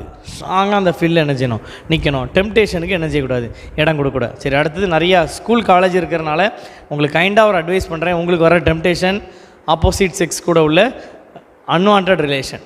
போட்டித் தேர்வுக்கு படிக்க வந்தோன்னு முடிவு பண்ணிட்டா அந்த ஆப்போசிட் ரிலேஷனை என்ன பண்ணி விட்ருங்க, கட் பண்ணிடுங்க. உங்களுக்கு நான் சொல்கிறது புரியும்னு நினைக்கிறேன். சரியா? இந்த மாவட்டத்திலேயே லவ்வுக்கு ஒரு தீவிர எதிரி வேணும்னா முதலூரில், 3வது தெருவில், நடுத்தருவில், வேத இல்லமில் கனிஷ்டன் ஒரு பையன் இருப்பான். அவன் தான் நம்பர் 1 யார், எதிரி. சரியா? உங்களுக்கு புரியும்னு நினைக்கிறேன். ஸ்கூலு காலேஜ் படிக்கும்போது இந்த லவ்வுக்குன்னு எவனாவது மாட்டின செத்தா நீ எழுதியே வச்சுக்க, நீ இந்த ஹாலிலே இருக்காத. என்கிட்ட கேட்டால் நான் இப்படிலாம் பேசுகிறதுக்கு பயப்படவே மாட்டேன். அதான் என்ன அர்த்தம், ஒரு நாளும் நீ என்ன செய்ய மாட்டா, பாஸ் பண்ண மாட்டா, எழுதி வச்சுக்க. சரியா? நீ என்ன ஜஸ்டிஃபிகேஷன் கொடுத்தாலும் சரி, காதல்ங்கிற இதை உன்கிட்ட வந்துட்டுனா வேஸ்ட். சரியா? ஒருத்தன் கலெக்டர் ஆகணும்னு விரும்பினானா, ஒரு பிள்ளையை லவ் பண்ணானா, கடைசியில் என்ன கலெக்டராக மாறானா, டிக்கெட் கலெக்டராக என்ன பண்ணானா, மாறினானா. டிஸ்ட்ரிக்ட் கலெக்டர் ஆக வேண்டியவன் பில் கலெக்டராக என்ன பண்ணியிருக்கான், மாறியிருக்கான். எங்கேருந்து லவ் பண்ணப்புறம் எங்கள் டிஸ்ட்ரிக்ட் கலெக்டரு, டிஸ்ட்ரிக்டில் பியூனாக கூட நீ என்ன செய்ய முடியாது, ஆக முடியாது. சரியா? பாய்ஸாக இருந்தாலும் சரி, கேர்ள்ஸாக இருந்தாலும் சரி, தூக்கி தூர போட்டு என்ன பண்ணிட்டே இருக்கணும், போயிட்டே இருக்கணும். இந்த காதல் கத்திரிக்காய் வெங்காயம்ட்டு என்ன செய்யக்கூடாது, நேரத்தை வேஸ்ட் பண்ணுறது, பைக் எடுத்துகிட்டு அடுத்த தெருவில் சுற்றுறது, பஸ் ஸ்டாண்டில் பின்னாடி போய் நிற்கிறது, இந்த சோழிலாம் ஒரு காம்படிட்டிவ் எக்ஸாம் ப்ரிப்பேர் பண்ணுற ஒருத்தனுக்கு என்ன செய்யக்கூடாது, இருக்கவே கூடாது. அகராதியிலே இந்த பேர் இருக்கக்கூடாது. டெலீட் பண்ணிட்டு போயிட்டே இரு. நீ யாராக இருந்தாலும் சரி தான். இது ஒரு தெரியாமல் கமிட்மெண்ட்டில் இருந்தாலும் இன்றைக்கே போய் ஃபோன் நம்பரை என்ன பண்ணி போட்டுரு, பிளாக் பண்ணி போட்டுரு. சூசைட் பண்ணிடுறேன்னு மிரட்டுறா, பரவாயில்ல, அதெல்லாம் பண்ண மாட்டா, பயப்படாத, என்ன பண்ணி போட்டுரு, பிளாக் பண்ணி போட்டு புக் எடுத்து என்ன வேலையை பாரு, படிக்கிற வேலையை பாரு. சரியா? இதெல்லாம் வர்ற டெம்டேஷன். அப்புறம் புக்கை திறந்தாலே என்ன முகம்தான் ஞாபகத்துக்கு வரும், அவன் மூஞ்சி தான் ஞாபகத்துக்கு வரும். அப்புறம் எங்கேருந்து கலெக்டர் ஆக ஒரு நாளும் ஆக முடியாது. டெம்டேஷன் வரும், தலைக்கு மேலே காக்கா என்ன செய்யும், பறக்கும், அதை நிறுத்த முடியாது. கூடு கட்டுறதை என்ன பண்ணலாம், நிறுத்தலாம். புரியுதா புரியலையா? தலைக்கு மேலே பறக்கிறத நிறுத்த முடியாது, ஆனால் கூடு கட்டுறதை நீங்கள் என்ன பண்ணலாம், நிற்பாடலாம். ரொம்ப கவனமாக இருக்கணும். நிறைய வாழ்க்கை சீரழிகிறது இதில் தான். சரியா? அதனால் ரொம்ப ரொம்ப கவனமாக இருக்கணும். 4வது, ஃபஸ்ட்டு டீ என்ன சொன்னேன், 2வது, 3வது, 4வது டைம் மேனேஜ்மெண்ட். என்னது, டைம் மேனேஜ்மெண்ட். சரியா? நிறைய பேர் சொல்கிறத கேட்டிருக்கேன், எனக்கு என்ன கிடையாது, நேரம் இல்லை, எனக்கு என்ன இல்லை, நேரம் இல்லை. சரியா? நாட்டில் ஒரு பிரதமர் இருக்கார் தெரியுமா, பாரத பிரதமர். சரியா? அவருக்கு நேரம் இருக்கா இல்லையா? நம்ம வீட்டில் 4 பேரை பார்க்குறதுக்கு நமக்கு என்ன இல்லை, நேரம் இல்லை. அவர் 140 கோடி பேரை சமாளிக்கிறதுக்கு அவருக்கு என்ன இருக்குது, நேரம் இருக்குது. முதலமைச்சர் ஒருத்தர் இருக்கார் அப்படின்னா 8 கோடி பேரை திங்க் பண்ணுறதுக்கு அவருக்கு என்ன இருக்குது? பொதுவாக நான் சொல்கிறேன் சரியா. நேரம் இருக்கா, நேரம் இல்லையா? எப்படி அவங்களுக்கு மட்டும் நேரம் இருக்குது, நமக்கு நேரம் இல்லை? எல்லாருக்கும் ஒரே நேரம் தான். பிரதமருக்கு மட்டும் 26 மணி நேரமா என்ன? அவருக்கும் 24 மணி நேரம் தான் நமக்கும். உங்களுக்கான நேரத்தை நீங்கள் தான் என்ன செய்யணும், கண்டுபிடிக்கணும். நேரம் இருக்குது இல்லைன்னா சொல்ல. இந்த செல்ஃபோன் இப்படி எடுக்கிறது, 2 இழுப்பு இழுக்கிறது, 2 தேய்க்க வேண்டியது, இப்படி உள்ளே வைக்க வேண்டியது, அடுத்தது எடுக்க வேண்டியது, தேய்க்க வேண்டியது. இந்த கேடுகட்ட ரீல்ஸுன்னு ஒன்று வந்திருக்கு, ஷார்ட்ஸுன்னு ஒன்று. இப்படி இழுக்க இழுக்க என்ன பண்ணிட்டே இருக்கும், போயிட்டே இருக்கும். இன்ஃபினிட்டி. இந்த ஃபேஸ்புக்கில் முந்தி இப்படி இருந்தால் அதனால தான் எல்லோரும் என்ன பண்ணேன்னா ஃபேஸ்புக் அன்இன்ஸ்டால் பண்ணினேன். இனி யூடியூபே அன்இன்ஸ்டால் தான் பண்ண சொன்னோம். என்ன அதில் கொஞ்சம் யூஸ்ஃபுல்லான விஷயங்கள் நிறைய இருக்குது. அதனால் நான் உங்களுக்கு சொல்கிற அட்வைஸ், இந்த ரீல்ஸ்லேயும் ஷார்ட்ஸ்லேயும் உட்காந்து என்னதை பார்க்காத, நேரத்தை பார்க்காத சரியா. எடிட்டோரியல்ஸில் என்ன எழுதுறாங்கன்னா ரீல்ஸையும் ஷார்ட்ஸையும் பார்த்து கிளாஸ் ரூம் அட்டென்ஷன் என்ன செஞ்சிருது, குறைஞ்சிருது.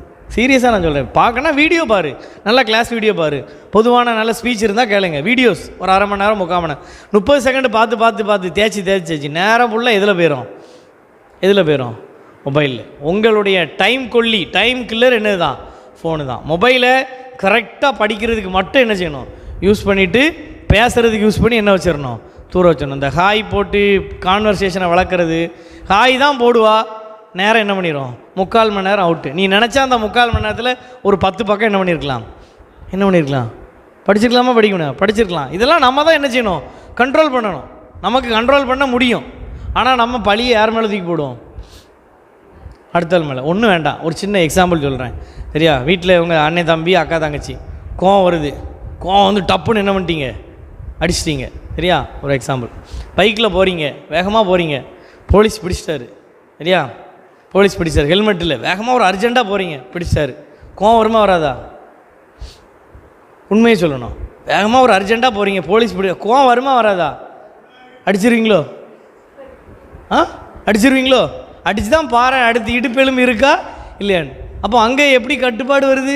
இங்கே அண்ணன் தம்பி என்ன டப்புன்னு என்ன பண்ணிடுறது, அடிச்சிடுறது. அங்கே டீச்சரை டப்புன்னு ஏற்று பேசுறது.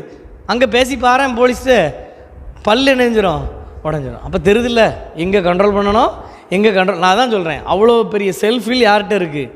நினச்சா செல் நோண்டாமல் என்ன செய்ய முடியும். நான் திரும்பவும் சொல்கிறேன், என்னால் முடியலன்னு எனக்கு இந்த கதையெல்லாம் விடாத. நினச்சா உன்னால் என்ன செய்ய முடியும், இருக்க முடியும். கண்ட்ரோல் பண்ணு, தூக்கி தூர போடு, கேமை அன்இன்ஸ்டால் பண்ணி போடு. தேவைன்னா என்ன செய்யும், எடுக்காத. அன்இன்ஸ்டால் பண்ணி என்ன செஞ்சிரு, தூக்கி தூர போட்டு நீ எடுக்காத. உன்னால் முடியும். டைம் மேனேஜ்மெண்ட் நீ ரொம்ப ரொம்ப முக்கியம். அதுக்காக தான் அவள் அழகாக பேசினா, என்னோடய ஒய்ஃப் ஷெட்யூல் போட்டு என்ன செய்யுங்க, படிங்க சரியா. இப்போ நான் என்னுடைய எக்ஸ்பீரியன்ஸை சொல்கிறேன் சரியா. என்னுடைய டெய்லி ரொட்டீன் இப்படி ஒன்று நான் போட்டு வச்சுருக்கேன், உங்களுக்காண்டி எடுத்துகிட்டு வந்திருக்கேன் சரியா. இது என்னுடைய டெய்லி ரொட்டீன். கிட்டத்தட்ட ஒரு 18 விஷயங்கள் இருக்கும். ஏன்னா டெய்லி சில டேஸ் கிடக்கும் சரியா. அது வேலையின் மீதியில் 1-2 என்ன செஞ்சுருக்கோம், மிஸ் ஆகிருக்கும் சரியா. என்னுடைய கமிட்மெண்ட்டு, நான் 8 மணி நேரம் வேலைக்கு போனோம், கவர்மெண்ட் வேலைக்கு, ஆஃபீஸ்க்கு சரியா. வீட்டில் ஒரு ஒய்ஃப் இருக்கா, 2.5 வயசில் ஒரு பையன் இருக்கான் சரியா. அவன் பண்ணுற சேட்டைக்கு நீங்கள் ஒரு நிமிஷம் கூட என்ன செய்ய முடியாது, அவனை அவ்வளவு சேட்டை பண்ணுவான் சரியா. அவன் கூட இருக்கணும், எல்லாம் செய்யணும். 2வது 3வது நாங்கள் அந்த சர்ச்சில் என்ன செய்வோம்னா ப்ரேயர் நடத்துவோம், பைபிள் ஸ்டடி நடத்துவோம். அதை கரெக்டாக வாரந்தோறும் என்ன பண்ணணும். அது வேறு யாரும் பண்ண மாட்டாங்க. 4வது ஒய்பிஐயில் ஞாயிற்றுக்கிழமை 3 மணிலேருந்து 6 மணி வரை என்ன எடுக்கணும், கிளாஸ் எடுக்கணும். இது போக அடுத்த கமிட்மெண்ட் நிறையா வரும். காலேஜில் பேசக்கூடுவாங்க, அங்கே கூட அங்கே போகணும். இதையும் தாண்டி குரூப் 1 எக்ஸாம் ப்ரிப்பேர் பண்ணுறதுக்கு எனக்கு என்ன இருக்குது, டைம் இருக்குது. அதுதான் காட்டுறேன், டைம் இருக்குது. இவங்க எனக்கு 26 மணி நேரம் யாராவது கொடுத்தாங்களா? 24 மணி நேரம் தான். வெள்ளிக்கிழமை நைட்டு ப்ரோக்ராம், சனிக்கிழமை காலையில் ஒரு ப்ரோக்ராம், நேற்று நைட்டு ஒரு ப்ரோக்ராம், இன்றைக்கி காலையில் 11 மணிக்கு ஒரு ப்ரோக்ராம். இப்போ அங்கே உங்களுக்கு என்னை வீட்டுக்கு போனோன்னே அடுத்து போனோம், நாளைக்கு காலையில் 8 மணிக்கு எங்கே போனோம், நான் ஆஃபீஸ் போனோம் சரியா. செவ்வாய்க்கிழமை டெஸ்ட் எழுதுறதுக்கு சுரேஷ் அகாடமிக்கு போனோம், அடுத்த குரூப் 1 மாடல் டெஸ்ட் எழுதுறதுக்கு சரியா. இந்த கேப்பில் தான் நான் என்ன செய்யணும், எக்ஸாமுக்கு ப்ரிப்பேர் பண்ணணும், பைபிள் வாசிக்கணும், என்னென்ன பேசணுமோ அதெல்லாம் நான் என்ன செய்யணும், ப்ரிப்பேர் பண்ணணும். இந்த நேற்று உங்களுக்கு பேசுகிறத நான் எழுதும்போது ராத்திரி மணி 12:30, 12:30 சரியா. எனக்கு என்ன இருக்குது, டைம் இருக்குது சரியா. டைம் இல்லைன்னு சொல்லாதீங்க, அது ஒரு கெட்ட வார்த்தை சரியா. அதுக்கு நானே உங்களுக்கு ஒரு என்னது, நினச்சா முடியும். உங்கள் டைமை நீங்கள் எப்படி யூஸ் பண்ணுவோங்கிறது உங்களுக்கு தெரியும் சரியா. கல்யாணம் ஆகாமல் இருக்கிய வாலிபன்னா பொண்ணான நாளை என்ன செஞ்சுடுங்க, பயன்படுத்திடு. ஏன்னா மேரேஜுக்கு அப்புறம் உங்களுக்கு கமிட்மெண்ட் என்ன செய்யும், இன்க்ரீஸ் ஆகும் சரி, அதை நான் தப்புன்னு சொல்லலை, அது கண்டிப்பாக வேணும், அது இன்க்ரீஸ் ஆகும். அதனால் அதுக்கு முந்தையே இந்த வயசுல என்ன பண்ணிடணும், வேலைக்குரிய இதே படிப்பை என்ன பண்ணிடணும், முடிச்சிடணும். சரியா? அதனால் டைமை யூஸ் பண்ணுங்கள். உங்கள் டைமை எதெல்லாம் சாப்பிடுதோ அது எல்லாத்தையும் நீங்கள் என்ன பண்ணுங்கள், தூக்கி ஓரம் வச்சுருங்க. மொபைல் ஃபோனு, அன்வான்ட் கமிட்மெண்ட்டு, தேவையில்லாதவங்ககிட்ட நின்று பேசுகிறது, நெகட்டிவாக பேசுகிற ஆள் தெரிஞ்சாலே கொஞ்சம் என்ன பண்ணிடுங்க, இந்த பஸ்ஸில் போட்டிருக்கோம் 10 மீட்டர் இடைவெளி விட்டு வரவும், அவங்கக்கிட்ட நீங்கள் என்ன பண்ணிடலாம், டிஸ்டன்ஸ் மெயின்டைன் பண்ணிடலாம். கடைசியாக டீம் ஒர்க். என்னது? நல்லா தெரிஞ்சுடுங்க. உங்கள் மைண்டு எப்படி இருக்கணும்னா ப்ராடு மைண்டாக இருக்கணும். வெள்ளத்தனைய மலர் நீட்டம் மாந்தர்தம். எந்த அளவுக்கு உன் மனசு பறந்த மனப்பான்மையாக இருக்கோ அவ்வளோ தூரம் நீ என்ன பண்ணப்படுவேன், ப்ளஸ் பண்ணப்படுவேன். இந்த குறுகிய மனப்பான்மையில் எவனுக்கும் இணைஞ்சிடக்கூடாது, சொல்லி கொடுத்துடக்கூடாது. ஒரு புக்கு கிடச்சா நான் மட்டும்தான் வச்சு என்ன செய்யணும், இது இருக்கிறதுலே மோசமான மனப்பான்மை. கொடுக்க அந்த கிணறு என்ன செய்யும், வரும். அதனால் நீங்கள் படிக்கிறத மற்றவங்க கூட என்ன செய்யுங்க, ஷேர் பண்ணுங்கள். ஐயோ அவள் இதை நினச்சிடுவாளோ, அதெல்லாம் ஒன்றும் நீங்கள் என்ன செய்யாதீங்க, யூஸ் பண்ணாங்க. காம்படிட்டிவ் எக்ஸாமுக்கு பெரிய பாசிட்டிவ் என்னென்னா டீம் ஒர்க். டீமாக சேர்ந்து படிங்க. இங்கே லைப்ரரி இருக்குதுன்னு கேள்விப்பட்டேன், நற்குணத்தான் தானியல் லைப்ரரி போனீங்கன்னா அங்கே உட்காந்து டீமாக என்ன செய்யுங்க, ப்ரிப்பேர் பண்ணுங்கள். ஒரு கொஸ்டின் பேப்பர் எடுத்து டீமாக உட்காந்து என்ன செய்யுங்க, சால்வ் பண்ணுங்கள். ஒருத்தருக்கு தெரிஞ்ச கணக்கை இன்னொருத்தருக்கு என்ன செய்யுங்க, சொல்லி கொடுங்க. அடுத்தவன் முன்னேறட்டோன்னு சொல்லி என்றைக்கு நினைக்கிறோமோ அன்னைக்கு தன்னால் என்ன செய்வோம், முன்னேறுவோம். ஊரார் பிள்ளையை ஊட்டி வளர்த்தா தான் பிள்ளை தானே வளரும். சரி, அந்த இங்கே ஒய்பிஏல யங் பயனியர் அசோசியேஷனுடைய மோட்டோ என்ன தெரியுமா, முன்னேறதோடு இணைஞ்சிடாத, மறந்துடாத, நீ என்ன செய்யணும், முன்னேற்றணும். சரியா? நீ அதை என்ன செய்யணும், முன்னேற்றணும். இந்த ஒய்பிஏ ஏகப்பட்ட பேருக்கு வேலை வாங்கி கொடுத்துருக்கு. 700-800 பேருக்கு மேலே இந்த ஒய்பிஏல படித்து பாஸ் ஆகிருக்காங்க. ஆனால் ஒரு விஷயத்தை நான் சொல்கிறேன், நான் ஒய்பிஏல படித்து பாஸ் பண்ணலை. நான் படித்தது ஒய்பிஏல, வினோத் ஒய்பிஏல படித்தான், நான் படித்தது ஒய்பிஏல. ஆனால் இந்த ஒய்பிஏல உள்ளவங்க பிறரை முன்னேற்றத்துக்கு செயல்படுறாங்கன்னு என்றைக்கு தெரிஞ்சுதோ அன்றைக்கி அவங்க கூட நான் என்ன பண்ணிக்கிட்டேன், சேர்ந்துக்கிட்டேன். அவங்க கூட சேர்ந்து நான் என்ன செய்கிறேன், பயணிக்கிறேன். நான் ஒய்பிஏல படித்து நான் பாஸ் ஆகலை, ஆனால் இன்றைக்கி ஒய்பிஏல நான் என்ன செய்கிறேன், ஒவ்வொரு இடமா நான் போய் என்ன செய்கிறேன், கிளாஸ் எடுக்கிறேன். அவங்களோட சேர்ந்து நான் என்ன செய்கிறேன், வகுப்பு எடுக்கிறேன். அவங்களோட சேர்ந்து நான் பயணிக்கிறேன். காரணம் என்னென்னா என்னுடைய மைண்ட் செட் டீம் ஒர்க். சரியா? ஒரு கையில் தட்டினா ஓசை வருமா, 2 கை சேரணும். அதுக்காக தான் சொல்கிறேன் டீம் ஒர்க். ப்ராட் மைண்டாக திங்க் பண்ணுங்கள். கடைசியாக கிராட்டிடியூடாக இருங்க.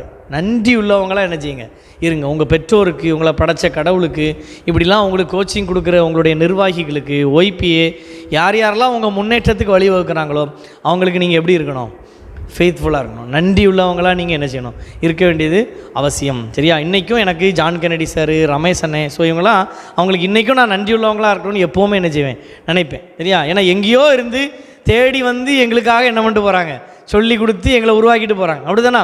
தேடி வரணும்னு அவசியமா யோசிச்சு பாருங்கள். எனக்கு கவர்மெண்ட் சம்பளம், அவனுக்கு கவர்மெண்ட் சம்பளம், ஒரு பிஎஃப் ஆஃபீஸில் கவர்மெண்ட் சம்பளம். ஞாயிற்றுக்கிழமை நல்லா மட்டன் சாப்பிட்டுட்டு 3 to 6 படுத்து என்ன செய்யலாம், தூங்கலாம். யாராவது எங்களை கேள்வி கேட்க முடியுமா? அரசாங்கம் கேள்வி கேட்க முடியுமா? யாராவது கேள்வி கேட்க முடியுமா? யோசிச்சு பாரு. நல்லா 3 மணிக்குலேருந்து 6 மணி வரை மட்டன் சாப்பிட்டுட்டு ஜம்முன்னு என்ன செய்யலாம், தூங்கலாம். திருநெல்வேலியிலேருந்து ஓடி வந்திருக்காரு கார் எடுத்துகிட்டு. அவர் சென்னையிலேருந்து ஒருத்தர் வராரு, கென்னடி சார், டிஎஸ்பி. அவன் திண்டுக்கல்லேருந்து வந்திருக்கான். நாங்கள் முதலூர்லேருந்து புறப்பட்டு வரோம். எதுக்காக? உங்களுடைய முன்னேற்றத்துக்காக. ஸோ அதனால் அந்த நடத்துகிறவங்ககிட்ட நீங்கள் எப்படி இருக்கணும், ஃபெய்த்ஃபுல்லாக, உண்மையாக, உத்தமமாக, நன்றியோடு இருக்க வேண்டியது யாருடைய கடமை. ஸோ இது 5ஐயும் செஞ்சிங்கன்னா you achieve your target shortly. விரைவில் நீங்கள் என்ன செய்வீங்க, உங்கள் கோலை அடைவீங்க. அதுக்கு நான் வாழ்த்துறேன். எங்களால் முடிஞ்ச எல்லா உதவியும் செய்கிறதுக்கு நான் தயாராக இருக்கேன். செஷன் முடிஞ்ச பிறகு டவுட்னா நீங்கள் என்ன செய்யலாம், எங்ககிட்ட வந்து கேட்கலாம். சரியா? So once again I wish you all the best. So இப்போ ரமேஷ் சார் உங்களுக்கு தெளிவாக என்னென்ன எக்ஸாம் எல்லாம் பிரித்து என்ன பண்ணிடுவார், இப்போ மேஞ்சி தந்துடுவாப்புல. நன்றி. அனைவருக்கும் மீண்டும் ஒரு முறை இனிய மாலை வணக்கம்.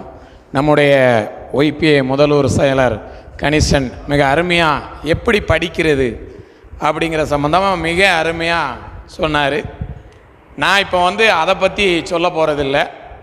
என்னெல்லாம் தேர்வுகள் இருக்குது, சரியா? ஏன்னா ரொம்ப விஷயங்களில் நம்ம வந்து பின்தங்கி இருக்கோம். எஜுகேஷனில் நம்ம டாப், எம்ப்ளாய்மெண்ட்டில் நம்ம டாப்பு கிடையாது. எஜுகேஷனில் இந்தியாவில் கிட்டத்தட்ட எத்தனை ஸ்டேட் இருக்குது, மொத்தம் எத்தனை மாநிலங்கள் இருக்குது? 28 9 28. சரியா? 28 மாநிலங்கள் இருக்குது. அதில் கல்வி அறிவு அதிகமாக பெற்ற மாநிலம் எது? கேரளா நம்பர் 1. நம்பர் 2 யார்? தமிழ்நாடு. இதெல்லாம் ஜிகே கொஸ்டின். இப்போ அவர் பேசும்போது அருமையாக ஒன்று சொன்னார், ஃபுட்பால் மேட்சை பற்றி. வேர்ல்டில் அதிகமான கண்ட்ரிஸ் விளையாடுற விளையாட்டு ஃபுட்பால் மேட்ச். ஜிகே கொஸ்டின் என்ன கேட்பாப்லன்னா, இந்த ஜெர்மனியை வந்து பராகுவே வீழ்த்துச்சு அப்படின்னு சொன்னாப்புல கேள்வி என்ன கேட்பாங்கன்னா, எந்த நாட்டில் அந்த அணி வெற்றி பெற்றதற்கு தேசிய விடுமுறை விடுபட்டது, அப்படிதான் கேள்வி இருக்கும். ஜெர்மனியை வீழ்த்தின நாடு எதுன்னு கேட்கவே மாட்டான். அதெல்லாம் அந்த காலம் 15 வருஷத்துக்கு முன்னாடி, புரியுதா? ஏன்னா அது வந்து இன்னைக்கு 24x7 நியூஸ் சேனலில் தமிழ், ஹிந்தி, இங்கிலீஷ் எல்லா சேனல்லையும் ஃப்ளாரப் ஆகிட்டே இருக்கும். இப்போ ஜிகே கொஸ்டின் அப்படி கிடையாது. எந்த நாட்டில் அந்த அணி, கால்பந்து அணி வெற்றி பெற்றதற்காக தேசிய விடுமுறை விடப்பட்டது. ஆக்சுவலாக இது எங்கே இருக்கும்? ஒரு செகண்ட் தான் டிவி நியூஸில் வந்திருக்கும். பேப்பரில் தெளிவாக ஒரு கட்டம் கட்டி போட்டிருப்பான். நியூஸ் பேப்பர் படிக்கும்போது அங்கே கட்டம் கட்டி போட்டிருப்பான். சரியா? இந்த காரணத்துக்காக அந்த நாட்டில் ஒரு நாள் தேசிய விடுமுறை விடுபட்டதுன்னு. ஏன்னா எல்லாருக்கும் ஜெர்மனி வெர்சஸ் பராகுவேங்கிற இது எல்லாருக்கும் தெரியும். கேள்வி அதுவே இருக்காது. அதுக்கு அடுத்த லைன் இப்படி தான் ஜிகே கொஸ்டின் இருக்கும். நம்ம ஒரு நியூஸ் பேப்பரை எடுத்து வச்சு ஜிகே படிக்கும்போது டெப்த்தாக படிக்கணும். விவசாயத்தில் ஒரு பழமொழி உண்டு, அகல விழுவதை விட ஆழமாக விழு. ரொம்ப படிக்கணுங்கிற தேவையில்லை, படிச்சுக்கிட்டே இருக்கணும் எக்கச்சக்கம் அப்படிலாம் இல்லை. படிக்கிற கொஞ்சமும் தெளிவாக படிக்கணும். சரியா? அருமையாக ஒரு 4 டீ 5 டீ ரெடி பண்ணி இதுபடி படிக்கணும்னு அருமையாக சொல்லிட்டார் கணேசன். சரியா? கணேசனை பற்றி சொல்லும்போது பார்த்தீங்கன்னா கணவன் மனைவி 2 பேரும் வந்திருக்காங்க மோட்டிவேட் பண்ணுறதுக்கு. அவர் ஒய்ஃபு கனரா பேங்கில் மேனேஜர், சும்மா இல்லை. சரியா? இன்றைக்கி நான் ஒய்பிஏக்கு வந்து எந்த ப்ரோக்ராம்னாலும் முதல்ல வந்துடுறதுக்கு காரணம் என்னென்னா, entire family members YBA member, entire family members banking staff. I am myself Ramesh Ramalingam, working as a section supervisor, Employees Provident Fund Organization, Tirunelveli, Government of India, Ministry of Labor உடைய கண்ட்ரோலில் உள்ளது. என்னுடைய missus வந்து State Bank of India deputy manager. என்னுடைய brother வந்து நபார்டோடைய deputy general manager, DGM. அவன் வந்து பார்த்திங்கன்னா காலேஜில் சீட்டு கிடைக்கல. சரியா? காலேஜில் சீட்டு கிடைக்கல. 12th முடிச்சு மார்க்கு கம்மி, 2 மாதம் விவசாயம் பார்க்க மாடு மேய்க்க போயிட்டான். காலேஜில் சீட்டு கிடைக்கல.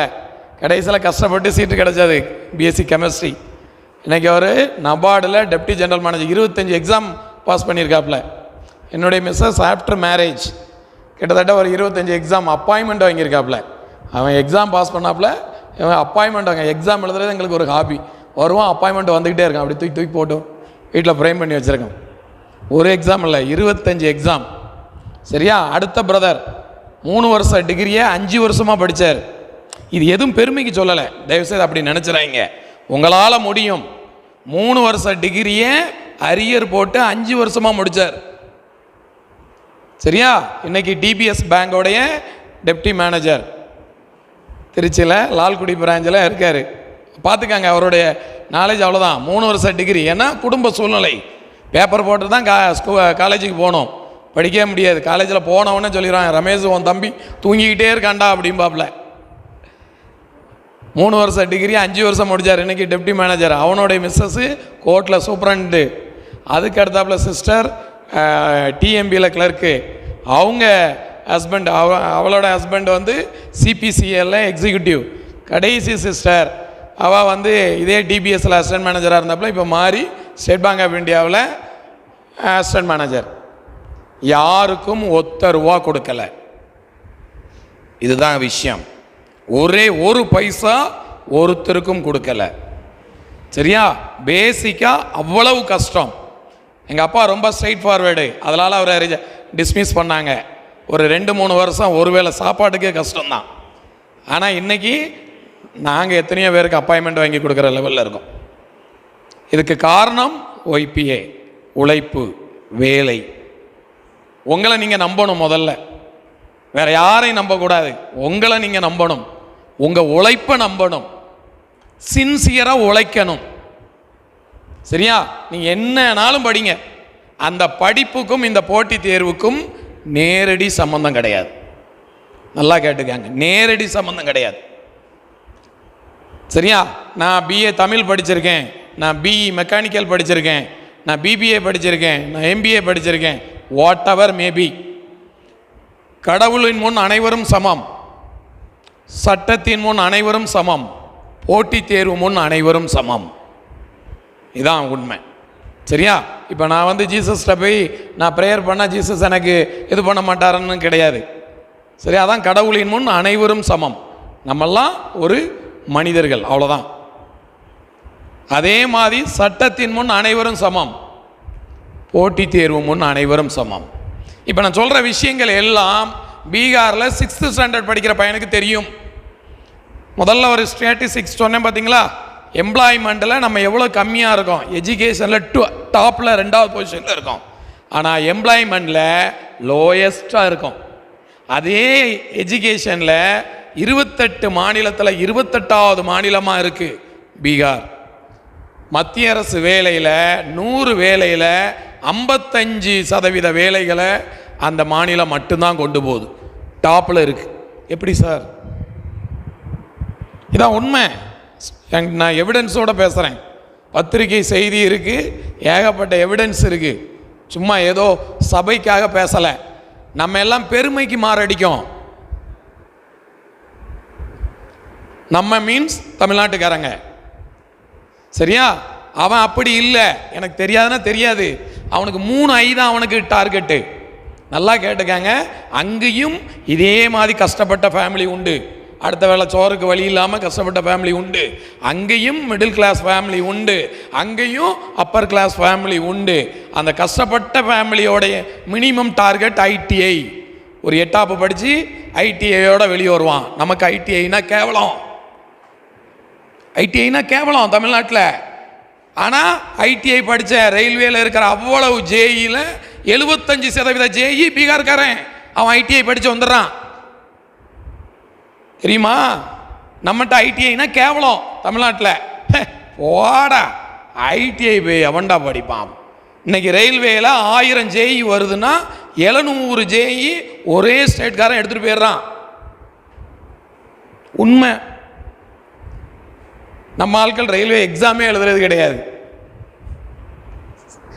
ரயில்வே தமிழ் எழுதலாம். சென்ட்ரல் கவர்மெண்ட் வேலை இருக்கிற சம்பளத்திலேயே அதிகமான சம்பளம், பேங்கை விட அதிகமான சம்பளம் ரயில்வே கொடுக்குது. ரொம்ப பேருக்கு தெரியாது. சரியா? அந்த லோயஸ்ட் ஃபேமிலியோட மினிமம் டார்கெட் ஐடிஐ முடிச்சு வருவான். அதுக்கு அடுத்தாப்புல மிடில் கிளாஸ் சாதாரண லெவல், அவனுடைய டார்கெட் ஐஐடி. நம்ம தடிக்கி விழுந்தா அங்கே இன்ஜினியரிங் காலேஜ் கட்டி வச்சுருக்கோம், சுட்கேஸை கொடுத்து கொடுத்து கொடுத்து இன்ஜினியரிங் படிச்சிடுறோம். அங்கே மினிமம் அவனுடைய டார்கெட் ஐஐடி. ஐஐடிங்கிறது கவர்மெண்ட் ஆஃப் இந்தியா நடத்துகிற ஆர்கனைசேஷன். ஃபீஸே கிடையாது. எக்கனாமிக்கலி வீக்கர் செக்ஷனுக்கு ஃபீஸ் கிடையாது. தெரியுமா? நம்ம இங்கே 2 லட்சம் 5 லட்சம் 10 லட்சம் கொண்டு கட்டி எப்படியாவது என் பிள்ளை இன்ஜினியர்னு இங்கே படித்து வர்றது வெறும் இன்ஜினியர் கிராஜுவேட். ஐஐடியில் முடிச்சு வர்றவன் இன்ஜினியராக வரான். 2க்கு வித்தியாசம் இருக்குது.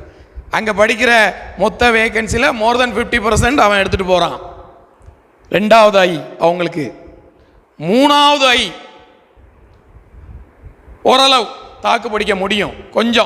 கொஞ்சம் வெல் டு டு ஃபேமிலி, அதாவது அப்பர் மிடில் கிளாஸ்ம்பாங்க. அவனுடைய மினிமம் டார்கெட் ஐஏஎஸ். எத்தனை வயசில் ஐஏஎஸ்? 21 வயசில் ஐஏஎஸ். தமிழ்நாட்டிலேருந்து 10 ஐஏஎஸ் போகிறாங்கன்னா அதில் 7 ஐஏஎஸ் 32 வயசில் ஐஏஎஸ் ஆகிறான். ஒருத்தன் 2 பேர் மட்டும்தான் 21 வயசில் ஐஏஎஸ். ஏன் 21 வயசில் ஐஏஎஸ் ஆகணும்? ஏன் 32 வயசில் ஆகக்கூடாது? நான் சொன்னேன்ல, முதல்ல சொன்னேன்ல, தமிழ்நாடு பெருமைக்கு மாரடிக்கி அப்படின்னு ஒட்டுமொத்தமாக. அதுக்கு இந்த ஐஏஎஸ் ஒரு உதாரணம். என்னால் ஓப்பன் சேலஞ்ச் பண்ண முடியும். எடுத்து பாருங்கள். ஒவ்வொரு வருஷமும் ஒரு 50 பேர் ஐஏஎஸ் ஆகிறாங்கன்னு வைங்க. தமிழ்நாட்டிலேருந்து ஐஏஎஸ் சிவில் சர்வீஸ் எக்ஸாம்னு ஒரு எக்ஸாம் இருக்குது. அது எழுதி பாஸ் பண்ணால் அதில் டாப் மோஸ்ட் கேடர் தான் ஐஏஎஸ். அதில் 26 கேடர் இருக்குது. அதில் டாப் மோஸ்ட் கேடர் தான் ஐஏஎஸ். சரியா? இந்தியாவில் இருக்கிற டஃபஸ்ட் எக்ஸாமில் ஒன்று. அந்த ஐஏஎஸ் தமிழ்நாட்டில் இருந்து ஒரு 100 பேர் ஆகிறாங்கன்னா 80 பேர் மோர் தென் 28, 29, 30 இயர்ஸ் தான். வெறும் ஒரு 5 பேரோ 10 பேர் மட்டும்தான் 22, 23 வயசில். 21 வயசில் ஆகிறது ரொம்ப ரேர். ஆனால் அதே இது பீகார்லேருந்து ஒரு 100 பேர் ஆகிறாங்கன்னா அதில் 70 பேர் 21 வயசில் இருப்பான் ஐஏஎஸ். மீதி 30 பேர் தான் 27 28 வயசில் ஆவான். என்ன சார் காரணம்? அவனுக்கு ஆறாப்பிலே தெரியும் ஐஏஎஸ் ஆக போகிறேங்கிறது. அவன் டிகிரி முடிக்கும்னால முதல் அட்டெம்ப்ட் ஆகணும், அவனுக்கு டார்கெட்டாக தான், அல்லது 2வது அட்டெம்ப்டில் ஆகணும். நம்ம ஐஏஎஸ்ங்கிற ஒரு எக்ஸாமை பற்றி கேள்விப்படுறதே டிகிரியில் போய் தான், காலேஜில் போய் தான் கேள்விப்படுறோம். கரெக்டா? கேள்விப்படுறதே காலேஜில் போய் தான் கேள்விப்படுறான். அவன் அப்படி இல்லை, அவன் டிகிரி படிக்கும்போது மார்க் டெஸ்ட் எழுத ஆரம்பிச்சிடுறான். 21 இயர்ஸில் முதல் அட்டெம்ப்ட். ரிட்டையர்ட் ஆகும்போது கேபினட் செக்ரட்டரி லெவல் ஒரு ரூல், ஒரு சட்டம் ஃப்ரேம் பண்ணணும்னா அது ஃப்ரேம் பண்ணுறது அந்த ஐஏஎஸ் தான். இதுதான் வித்தியாசம். நம்ம ஆட்கள் அந்த போஸ்ட்டை எட்டி கூட பார்க்க முடியாது, அதுக்குள்ளே ரிட்டையர்டாகி வெளியே வந்துடுவாங்க. இதான் தமிழ்நாட்டு ஐஏஎஸ். டெல்லியில் இருக்க, டெல்லியில் ஒரு பிரைம் மினிஸ்டர் ஆஃபீஸில் ஒரு 50 ஐஏஎஸ் இருக்காங்கன்னு வைங்க. அந்த 50 ஐஏஎஸில் 2 3 தமிழ்காரன் இருப்பான், மிச்சம் இருக்கிறது எல்லாம் பீகார்காரனும் உத்தரப்பிரதேசக்காரனும் இருப்பான். காரணம் இதுதான். புரியுதா? அவங்களுக்கு இந்த 3 ஐ தான் அவங்களுக்கு டார்கெட். ஆனால் நமக்கு விழிப்புணர்வு கிடையாது. நம்மகிட்ட கல்வி இருக்கு, கல்வி வேற, விழிப்புணர்வு வேற. கல்வி இருக்கு, எல்லாருக்கிட்டையும் சர்டிஃபிகேட் இருக்கு, அதிலெல்லாம் மாற்றுக்கிறதுக்கு இடமே இல்லை. அப்போ நம்ம இதை பற்றி எப்படி தெரியணும்? நான் இப்போ சொல்கிற தகவல் எல்லாம் பீகாரில் 6ஆம் படிக்கிற பிள்ளைக்கு தெரியும்னு சொன்னதுக்கு காரணம் இதுதான். கவர்மெண்ட் எக்ஸாம், இப்போ இதெல்லாம் விட்டுருங்க, இதெல்லாம் அவர் சொன்னதுக்கு அப்படியே சொல்கிறேன் எப்படி போகணும் அப்படின்னு. கவர்மெண்ட் எக்ஸாம் இந்தியாவில் 5 கேட்டகரி தான். இந்த 5 கேட்டகரியில் நீங்கள் எதுக்கு போகணுங்கிறது நீங்கள் டிசைட் பண்ணணும். நானோ இங்கே கிளாஸ் எடுக்கிறவரோ, உங்கள் அம்மா அப்பாவோ, உங்கள் வாத்தியாரோ, உங்கள் சொந்தக்காரங்களோ முடிவு பண்ணக்கூடாது, நீங்கள் முடிவு பண்ணணும். இந்த 5 கேட்டகரியில் எதுக்கு போகணும்? 5 கேட்டகரி என்னது? Top most first central government postings. Number 1 central government department நடத்துகிற எக்ஸாம்ஸ், சென்ட்ரல் கவர்மெண்ட்டுக்குள்ளே போகணும். இது ஒரு கேட்டகரி. சென்ட்ரல் கவர்மெண்ட்டுக்குள்ளே போகணும்னா என்னது? Top most exam civil service exam. அது மட்டும் கிடையாது. அந்த எக்ஸாமை யார் கண்டக்ட் பண்ணுறா? UPSC, union public service commission conduct பண்ணுது. அந்த எக்ஸாம் அந்த யூனியன் பப்ளிக் சர்வீஸ் இது மட்டும் தான் கண்டக்ட் பண்ணுதா? ஒரு வருஷத்துக்கு 25 எக்ஸாம் கண்டக்ட் பண்ணுறாரு. அதில் ஒரு எக்ஸாம் தான் இந்த சிவில் சர்வீஸ் எக்ஸாம்.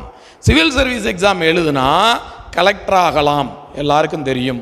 கலெக்டர் மட்டும் கிடையாது, கலெக்டருக்கு அடுத்த கேடர் ஐபிஎஸ் ஆகலாம், ஐஆர்எஸ் ஆகலாம், ஐஎஃப்எஸ் ஆகலாம். சரியா? அதே மாதிரி எக்கனாமிஸ்ட்டு நிர்மலா சீதாராமன் இருக்காப்புல, ஏதாவது ஒன்று வாய் திறந்து பேசல, அந்த அம்மா பேசலை, அதுக்கு ஒன்றும் தெரியாது. ஆனால் பேச சொல்கிறாங்கல்ல, அது ஐஏஎஸ் கிட்ட இருந்து கொடுக்கறது. அந்த ஐஏஎஸ் யாரு? இந்தியன் எக்கனாமிக் சர்வீஸ் எழுதி அந்த ஃபினான்ஸ் மினிஸ்ட்ரியில் போகிறவங்க. இப்படி வருஷத்துக்கு ஒரு 20-25 எக்ஸாம் யூபிஎஸ்சி கண்டக்ட் பண்ணுது. அப்போ அது மூலமாக சென்ட்ரல் கவர்மெண்ட் போஸ்டிங்கில் போகலாம். இது குரூப் ஏ கேடர். அது என்ன சார் ஏ? நான் இந்த சொன்ன 5 டிபார்ட்மெண்ட் சொன்னேன் பார்த்தீங்களா, 5 விதமான எக்ஸாம்ஸ், 5க்கும் வேறு வேறு டைப். அதில் ஒன்று தான் மத்திய அரசு. இந்த எல்லாமே ஒட்டுமொத்த இந்தியாவில் பார்க்குற கவர்மெண்ட் வேலையை 4ஆக பிரிக்கலாம். 4 பிரிக்கலாம். எப்படி 4ஆக பிரிக்கலாம்? உங்களுக்கு புரிகிற உங்கள் பாசையில் பேசுகிறேன். ஒரு பஸ் டிப்போவுக்கு போகணும். சரியா? ஒரு பஸ் டிப்போவில் போனால் ஒரு 4 மேனேஜர் தான் இருப்பார். மேனேஜர்னு 4 பேர். ஒரே ஒருத்தர் துட்டு வசூல் பண்ணுற துட்டை மட்டும் பார்ப்பார், அவருக்கு பேர் மேனேஜர் ஃபினான்ஸ். இன்னொருத்தர் எந்த கண்டக்டர் லீவு, எந்த டிரைவர் லீவு, அவனை மாற்றி விடுற வேலையை மட்டும் பார்ப்பார், அதுதான் மேனேஜர் ஹெச்ஆர். இன்னொருத்தர் பர்ச்சேஸ், இந்த டிப்போவுக்கு எத்தனை பஸ்ஸு வாங்கணும், எத்தனை பஸ்ஸை கழிக்கணும், எதுக்கு எதை மாற்றணும், அந்த வேலைகளை பார்ப்பார், அவருக்கு பேர் மேனேஜர் பர்ச்சேஸ். இன்னொருத்தர் இருப்பார், 4வது ஒருத்தர் சூப்பர் பவராக கவர்மெண்ட்டுக்கு ரிப்போர்ட் பண்ணுவார், அவருக்கு பேர் தான் மேனேஜர் அட்மின். இவங்களுக்கு பேர் இந்தியாவில் எல்லா டிபார்ட்மெண்ட்லையும் இப்போ உண்டு. அப்படி group A officer. Group A officer ஒரு ஸ்கூலை எடுத்தால் ஒரு ஹெச்எம், ஒரே ஒரு ஹெச்எம் தான் இருப்பாங்க, அவர் பேர் குரூப் ஏ ஆஃபீஸர். சரியா? அந்த டிப்போவில் அடுத்த லெவலில் இப்போ நம்ம கிறிஸ்மஸ் வருதுன்னு வைங்க, நியூ இயர் வருது, நீங்கள் பக்கத்தில் ஏரலுக்கு ஜவுளி எடுக்க போகிறீங்க, இல்லை திருநெல்வேலிக்கு போகிறீங்க, அங்கங்கே போட்டு ஒயிட் யூனிஃபார்மில் போய் வயசான ஒரு 50-55 வயசில் பஸ்ஸை நிப்பாட்டி செக் பண்ணுவார். செக்கிங் இன்ஸ்பெக்டர் பார்த்துருப்பீங்க. ஒரு டிப்போவில் 25 செக்கிங் இன்ஸ்பெக்டர் இருப்பார். அவர் குரூப் பி ஆஃபீஸர். இந்த 5 மேனேஜர் 4 மேனேஜர் சொன்னேன்ல, எந்த மேனேஜர் லீவ் பார்த்தா இவர் அந்த வேலையை பார்ப்பார். அவர் குரூப் பி ஆஃபீஸர். எல்லா டிபார்ட்மெண்ட்லையும் இப்படி உண்டு குரூப் பி. நல்லா கேட்டுக்காங்க சரியா. அதுக்கு அடுத்தபடியா அந்த ஒரு டிப்போவை எடுத்தோம்னா ஒரு 200 டிரைவர் கண்டக்டர் இருப்பார். எத்தனை பேர்? 200 பேர் இருப்பார். ஒரு 100 டிரைவர் 100 கண்டக்டர் இருப்பார். அது குரூப் சி. கடைசியா ஒரு டிப்போக்களை பஸ் போன உடனே பெட்ரோல் பிடிப்பான், டீசல் பிடிப்பான், பம்ப் ஆப்ரேட்டர் அவ்வளவு பெருக்கி கிழிச்சு க்ளீன் பண்ணி வைப்பான். அதான் கடைசி கேடர், குரூப் டி கேடர். நல்லா தெரிஞ்சுக்காங்க, இந்த குரூப் டிங்கிறது பியூன் கேடர். இந்த பியூனுக்கு மினிமம் 10ஆப்பு படிக்கணும். எங்கள் அப்பா அடிக்கடி சொல்லுவார், ஒழுங்கா படிடா, மாடு மேய்க்கிறதுக்கு 10ஆப்பு படிச்சிருக்காங்கிற காலம் வரும்டா அப்படின்னு சொல்லுவார். அடிக்கடி சொல்லுவார், மாடு மேய்க்க 10ஆப்பு படிச்சிருக்கணும்டா அப்படின்னு ஒரு காலம் வரும் அப்படின்னு. இன்றைக்கி அப்படியே வந்துடுச்சு. தோட்டக்காரனுக்கு என்ன தேவை? தோட்டத்துக்கு தண்ணி பாய்க்கணும், மினிமம் குவாலிஃபிகேஷன் 10ஆப்பு. டிரைவருக்கு என்ன தேவை? வண்டி ஓட்ட தெரியணும், மினிமம் 10ஆப்பு. மினிமம் 10ஆப்பு 10 முடிச்சிருக்கணும் சரியா. அதான் லோயஸ்ட் கேடர். இந்த 4 தாங்க இந்தியாவில் எந்த டிபார்ட்மெண்ட்னாலும் இந்த 4. இப்போ நான் கனிஸ்டன்லாம் குரூப் பி கேடரில் இருக்கும் சரியா. நான் போனது குரூப் சி தான், கிளரிக்கல் கேடர். இப்போ ப்ரொமோஷனில் குரூப் சியில் இருக்கேன். நம்ம கென்னடி அண்ணன் குரூப் ஏ கேடர்.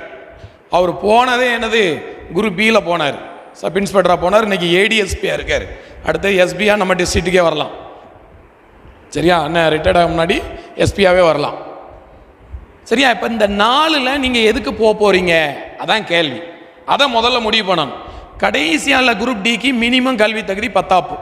அதுக்கு மேலே குரூப் சி சொல்கிறோம்ல, மினிமம் கல்வி தகுதி 12ஆப்பு.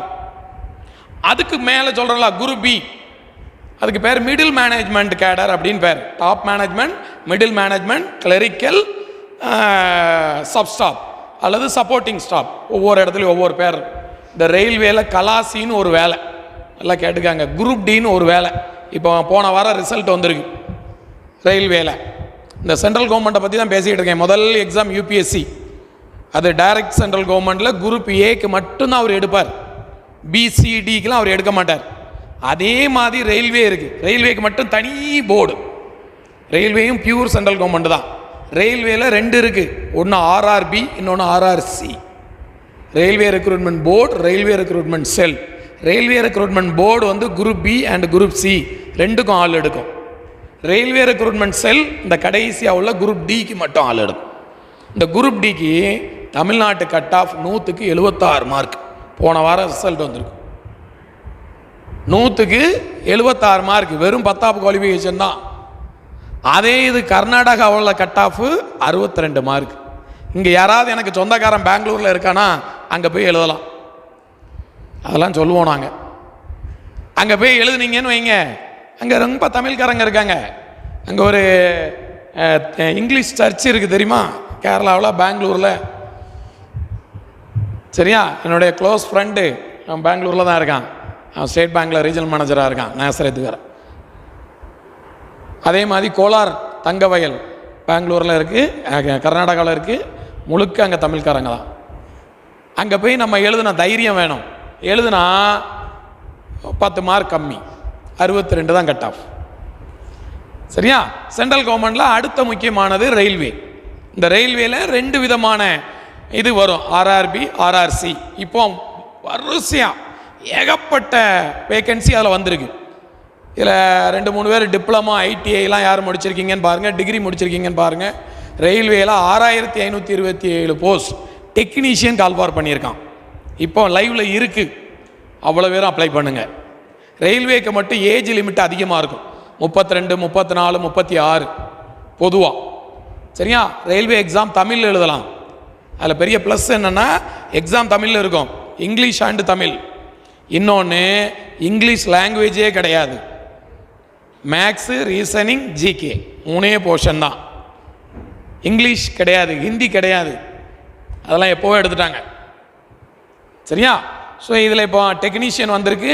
இந்த மந்த் கடைசி ஜூலை எண்டு 31ஆம் தேதி 30-31 செக்ஷன் கண்ட்ரோலர் அப்படின்னு ஒரு எக்ஸாம் வருது. ஸ்டார்டிங் சேலரி 1 lakh, 1 லட்சம் எடுத்த உடனே. வேக்கன்சி ரொம்ப கம்மி, இந்தியா முழுக்க 69 வேகன்சி தான் இருக்குது. எனி டிகிரி நோட் பண்ணிக்கங்க, அப்ளை பண்ணிடுங்க. சரியா? Any degree. ஸோ இது சென்ட்ரல் கவர்மெண்ட். இதே சென்ட்ரல் கவர்மெண்ட்டில் இப்போ நம்ம குரூப் ஏ பார்த்தோம், தனியாக ரயில்வேக்கு பார்த்தோம், அதுக்கு அடுத்த இப்போ பிசிடி இருக்குல்ல, இதே சென்ட்ரல் கவர்மெண்ட்டில் ஏகப்பட்ட டிபார்ட்மெண்ட் இருக்குது பாருங்கள். அதுக்கு ஸ்டாஃப் செலெக்ஷன் கமிஷன் அப்படின்னு ஒன்று இருக்குது. மத்திய பணியாளர் தேர்வாணையம், தமிழில் எஸ்எஸ்சி. ஒரு வருஷத்துக்கு ஒரு 15 எக்ஸாம் நடத்துகிறார். 10ஆம் குவாலிஃபிகேஷனில் ஒரு எக்ஸாம், 12ஆம் குவாலிஃபிகேஷனில் ஒரு எக்ஸாம், டிகிரி குவாலிஃபிகேஷனில் எக்ஸாம், அது போக ஸ்டெனோகிராஃபிக் எக்ஸாம், ஸ்பெஷலைஸ்டு குவாலிஃபிகேஷன் எக்ஸாம், வருஷத்துக்கு மினிமம் ஒரு 10லேருந்து 15 எக்ஸாம். இவங்கெல்லாம் எப்படின்னா இந்த டேட்டில் எக்ஸாம் நடக்கும்னா அந்த டேட்டில் நடக்கும். பிளானர் போடுறவங்க டைம் டேபிள் போட்டுருவோம், முன்னக்கூட்டியே போட்டுருவான். அவர் கனிஷ்டன் சொன்னார்ல டைம் டேபிள் போட்டு படிக்கணும்னு. டைம் டேபிள் முந்தின வருஷம் நவம்பர் டிசம்பரில் அடுத்த வருஷம் நாங்கள் இந்த எக்ஸாம்லாம் கண்டக்ட் பண்ண போகிறோம் அப்படின்னு ரிலீஸ் பண்ணிடுவான் ஸ்டாஃப் செலெக்ஷன் கமிஷன். ஸோ இந்த 3ல் தான், ஒன்று யூபிஎஸ்சி, இன்னொன்று எஸ்எஸ்சி, இன்னொன்று ஆர்ஆர்பி. இந்த 3ல் தான் ஒட்டுமொத்த இந்தியாவுடைய மத்திய அரசு வேலையில் 90% வேலைகள் நிரப்பப்படுகிறது. யாருக்கும் ₹1 லஞ்சம் கொடுக்கணும்னு தேவையில்லை. அதில் ஒரு பெரிய லாபி நடக்கு. அதை கடைசியாக சொல்கிறேன், இந்த கிளாஸ் முடியும் போது சொல்கிறேன். அது என்ன லாபி அப்படின்னா உங்களை ஏமாத்துகிற லாபி. கணேசன் சொன்னாப்ல, அந்த ஃப்ரெண்ட்ஸு நீங்கள் படிக்க ஆரம்பிச்சாச்சுன்னா அதெல்லாம் ஒன்றும் கிடையாது, துட்டு கொடுத்து தான் வாங்குவான் போவான், எனக்கு தெரியும் இன்னார் இத்தனை லட்சம் கொடுத்து வாங்கியிருக்கான், இல்லாத கதையெல்லாம் சொல்லுவாங்க. மதுரையில் இது ஒரு பெரிய டீம் இருக்குது. நான் சொல்கிறேன் 25 வருஷத்துக்கு முன்னால் உள்ள கதை. மதுரைக்கு படிக்க போயிருந்த கட்டங்களில் இதே மாதிரி சொன்னாங்க. ஒருத்தர் என்ன நெருங்கி கேட்டார், தம்பி ஒரு 2 லட்ச ரூபா கொடுங்க, நானாச்சு வேலை. அது என்ன கணக்குன்னா, நீங்கள் சின்சியராக படிக்கிறத ஃபாலோ பண்ணி தான் உங்கள்கிட்ட கேட்பாங்க. ஒரு 10 லட்ச ரூபா கொடுப்பா அப்படின்னு. 10 லட்ச ரூபாய் வாங்கி அவர் பிஸ்னஸில் போட்டுருவார். எப்போ நான் எல்லாம் சொல்லிட்டேன் வந்துடும், நீ படிக்கிறத விட்டுறாத, எக்ஸாம் எழுது. இவர் 10 லட்சம் வாங்கி பிஸ்னஸில் ரொட்டேஷன் போடுவார். நமக்கு மினிமம் 1 இயர் ஆகும். முதல்ல ப்ரிலிமினரி பாஸ் பண்ணி, மெயின் பாஸ் பண்ணி, சைக்காலஜிக்கல் டெஸ்ட்டு, அந்த டெஸ்ட் இந்த டெஸ்ட்டு எல்லாம் முடித்து அப்பாயின்மெண்ட் ஆர்டர் வர 1 இயர் ஆகும். 1 இயர் இவர் பிஸ்னஸில் போட்டு ரொட்டேஷன் பண்ணிடுவார். ரொட்டேஷன் பண்ணிவிட்டு ரிசல்ட் வந்த உடனே அவர் ஆளாக பார்ப்பார். இதில் நடக்க நாட்டில் ஆளாக பார்ப்பார். ஒருவேளை நீங்கள் பாஸ் பண்ணி அப்பாயின்மெண்ட் ஆகிட்டேன்னா உங்களுக்கு முன்னாடி அவர் ஃபோன் பண்ணிடுவார். நீங்கள் பார்க்கணும்னா, வந்துட்டுப்பா உனக்கு நாளைக்கு ஆர்டர் வரும், பாரு ரிசல்ட் பாரு அப்படின்னு இருவார். ஒருவேளை நம்ம அட்டம்ப்ட் 2ஆம் அட்டம்ப்ட் நமக்கு பேர் வரலன்னு வைங்க, கப்சிப்னு அமைதியாக இருந்துருவார், வாயே திறக்க மாட்டார். இவங்க பார்த்து என்னென்னாச்சு நீங்கள் இவ்வளோ சொன்னியே, நான் பைசா கொடுத்தேன். அவர் ரொம்ப தெளிவாக டீசெண்டாக பேசுவாங்க. எப்பா மொத்தம் 10 லட்சம், எனக்கு 2 லட்சம் கொடுத்தா போதும், வேலை கிடைச்ச பிறகு மீதி கொடுத்தா போதும் அப்படின்ட்டு ரொம்ப பக்காவாக பேசல். ஏடிஎஸ்பி வருகை தந்துள்ளார்கள். ஒரு மிகப்பெரிய கரவொலி எழுப்பி அவர்களை வருக வருக என வரவேற்குமாறு அன்போடு கேட்டுக்கொள்கிறேன். சரியா? அந்த எக்ஸாமுக்கு படிக்கிறது மட்டும் பிரச்சனை கிடையாது, எக்ஸாம் பேட்டர்ன் என்ன, ப்ரொசீஜர் என்ன. இப்போ எல்லாமே ஆன்லைன் எக்ஸாம் ஆகிட்டு 10 மணிக்கு எக்ஸாம்னா 9 மணிக்கு உள்ளே போய் உட்கார வச்சுருவான்.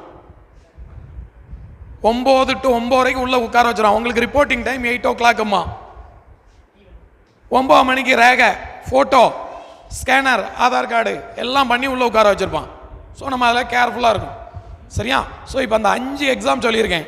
இந்த 5ல் நமக்கு எது பிடிக்குது அதை முதல்ல முடிவு பண்ணணும்.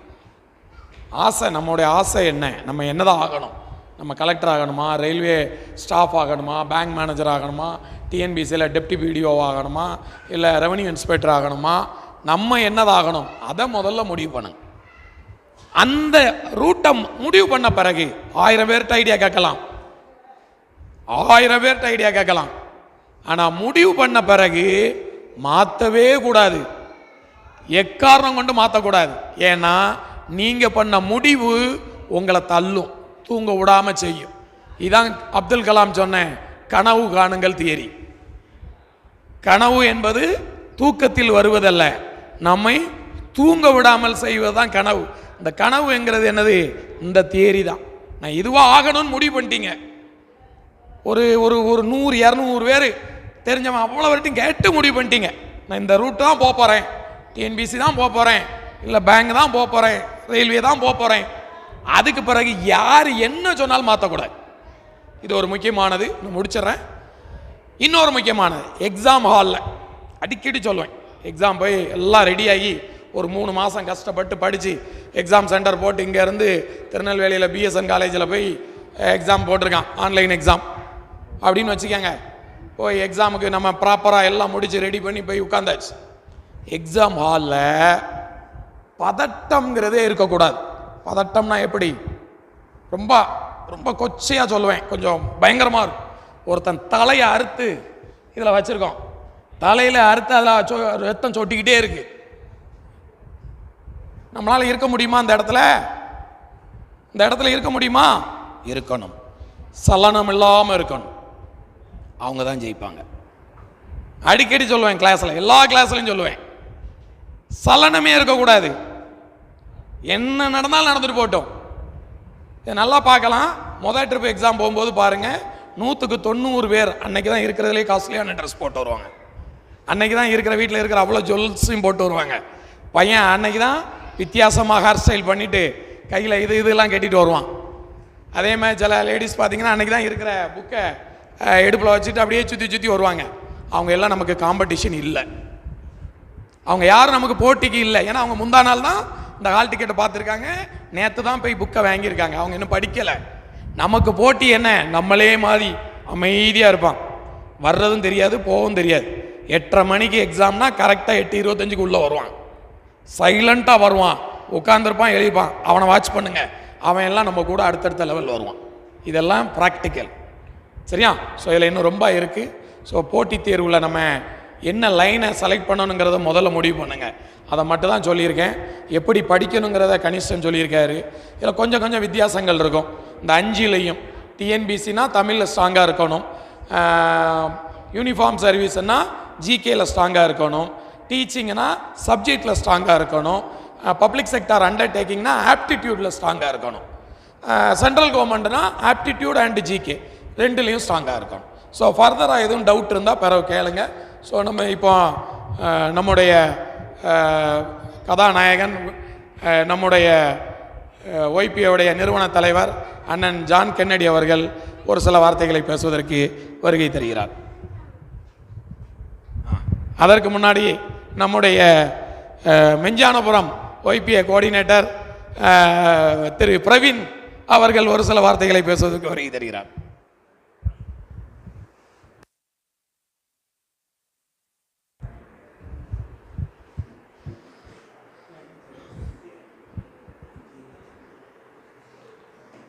அனைவருக்கும் வணக்கம். இந்த மாலை நேரத்தில் பாதி தூக்கத்தில் இருந்த மாதிரி இருக்குது, பாதி பேர் டயர்டாக உட்கார்ந்த மாதிரி இருக்குது. சரி, இருந்தாலும் நம்ம எல்லோரும் வேலைக்கு போகணும் அப்படிங்கிற ஒரு தாட்டில் தான் எல்லோரும் வந்திருப்பீங்க. அப்படி தானே? சரியா? நீங்கள் வேலைக்கு போகிறீங்க, அதற்காக ஒய்பிஏ சார்பாக என்னுடைய அன்பான வாழ்த்துக்கள். உங்களைப் போல ஒரு சில ஆண்டுகளுக்கு முன்பாக நான் இதே போல் வந்து உட்கார்ந்துருக்கும் பொழுது ஒய்பிஏ அண்ணன்மார்கள்லாம் வந்து இந்த மாதிரி கவர்மெண்ட் எக்ஸாம் இருக்குது, அதுக்கு இப்படிலாம் படிக்கணும் அப்படின்னு சொல்லி கொடுத்தாங்க. அப்படி தானே? இப்போ தூத்துக்குடி போகிறதுக்கு வழி தெரிஞ்சால் தானே போக முடியும். உங்கள் ஊருக்கு வழி தெரில, இந்த மாறி போய் இவ்வளோ லேட் ஆகிருச்சு. சரியா? அதனால் அந்த வழியை வந்து இந்த மாதிரி முன்னாடி வேலைக்கு போன அண்ணன்மார்கள் வழி சொல்லி கொடுத்தாங்க. அந்த வழியை தேடி நாங்கள் பின்னாடி நடந்ததுனால 2019 குரூப் 4ல் பாஸ் பண்ணி வேலைக்கு வந்தோம். பால்வளத்துறையில் டைப்பிஸ்ட்டாக ஜாயின் பண்ணேன். இப்போது ஜூனியர் இன்ஸ்பெக்டராக டெக்னிக்கல் கேடரில் ப்ரொமோஷன் ஆகியிருக்கேன். சரிங்களா? அதே போல் நீங்கள் என்ன பண்ணுங்கள், தொடர் முயற்சி தான். ஒரு வாரம் படித்தோம், ஒரு மாதம் படித்தோம் அப்படிலாம் இல்லை. தொடர்ந்து படித்தீங்கன்னா ஒரு எக்ஸாம், இப்போ இந்த வருஷம் டிசம்பரில் எக்ஸாம் வருது, ஃபுல் ஃப்ளெஜ்டாக உங்களுடைய திங்கிங் என்ன இருக்கணும், இந்த எக்ஸாம் மேலே இருக்கணும். சரியா? அப்போ ஒரு கான்சன்ட்ரேட்டோடு நீங்கள் படித்தீங்கன்னா நீங்கள் 60 வயசு வரைக்கும் உங்களுக்கு வேலை இருக்குது.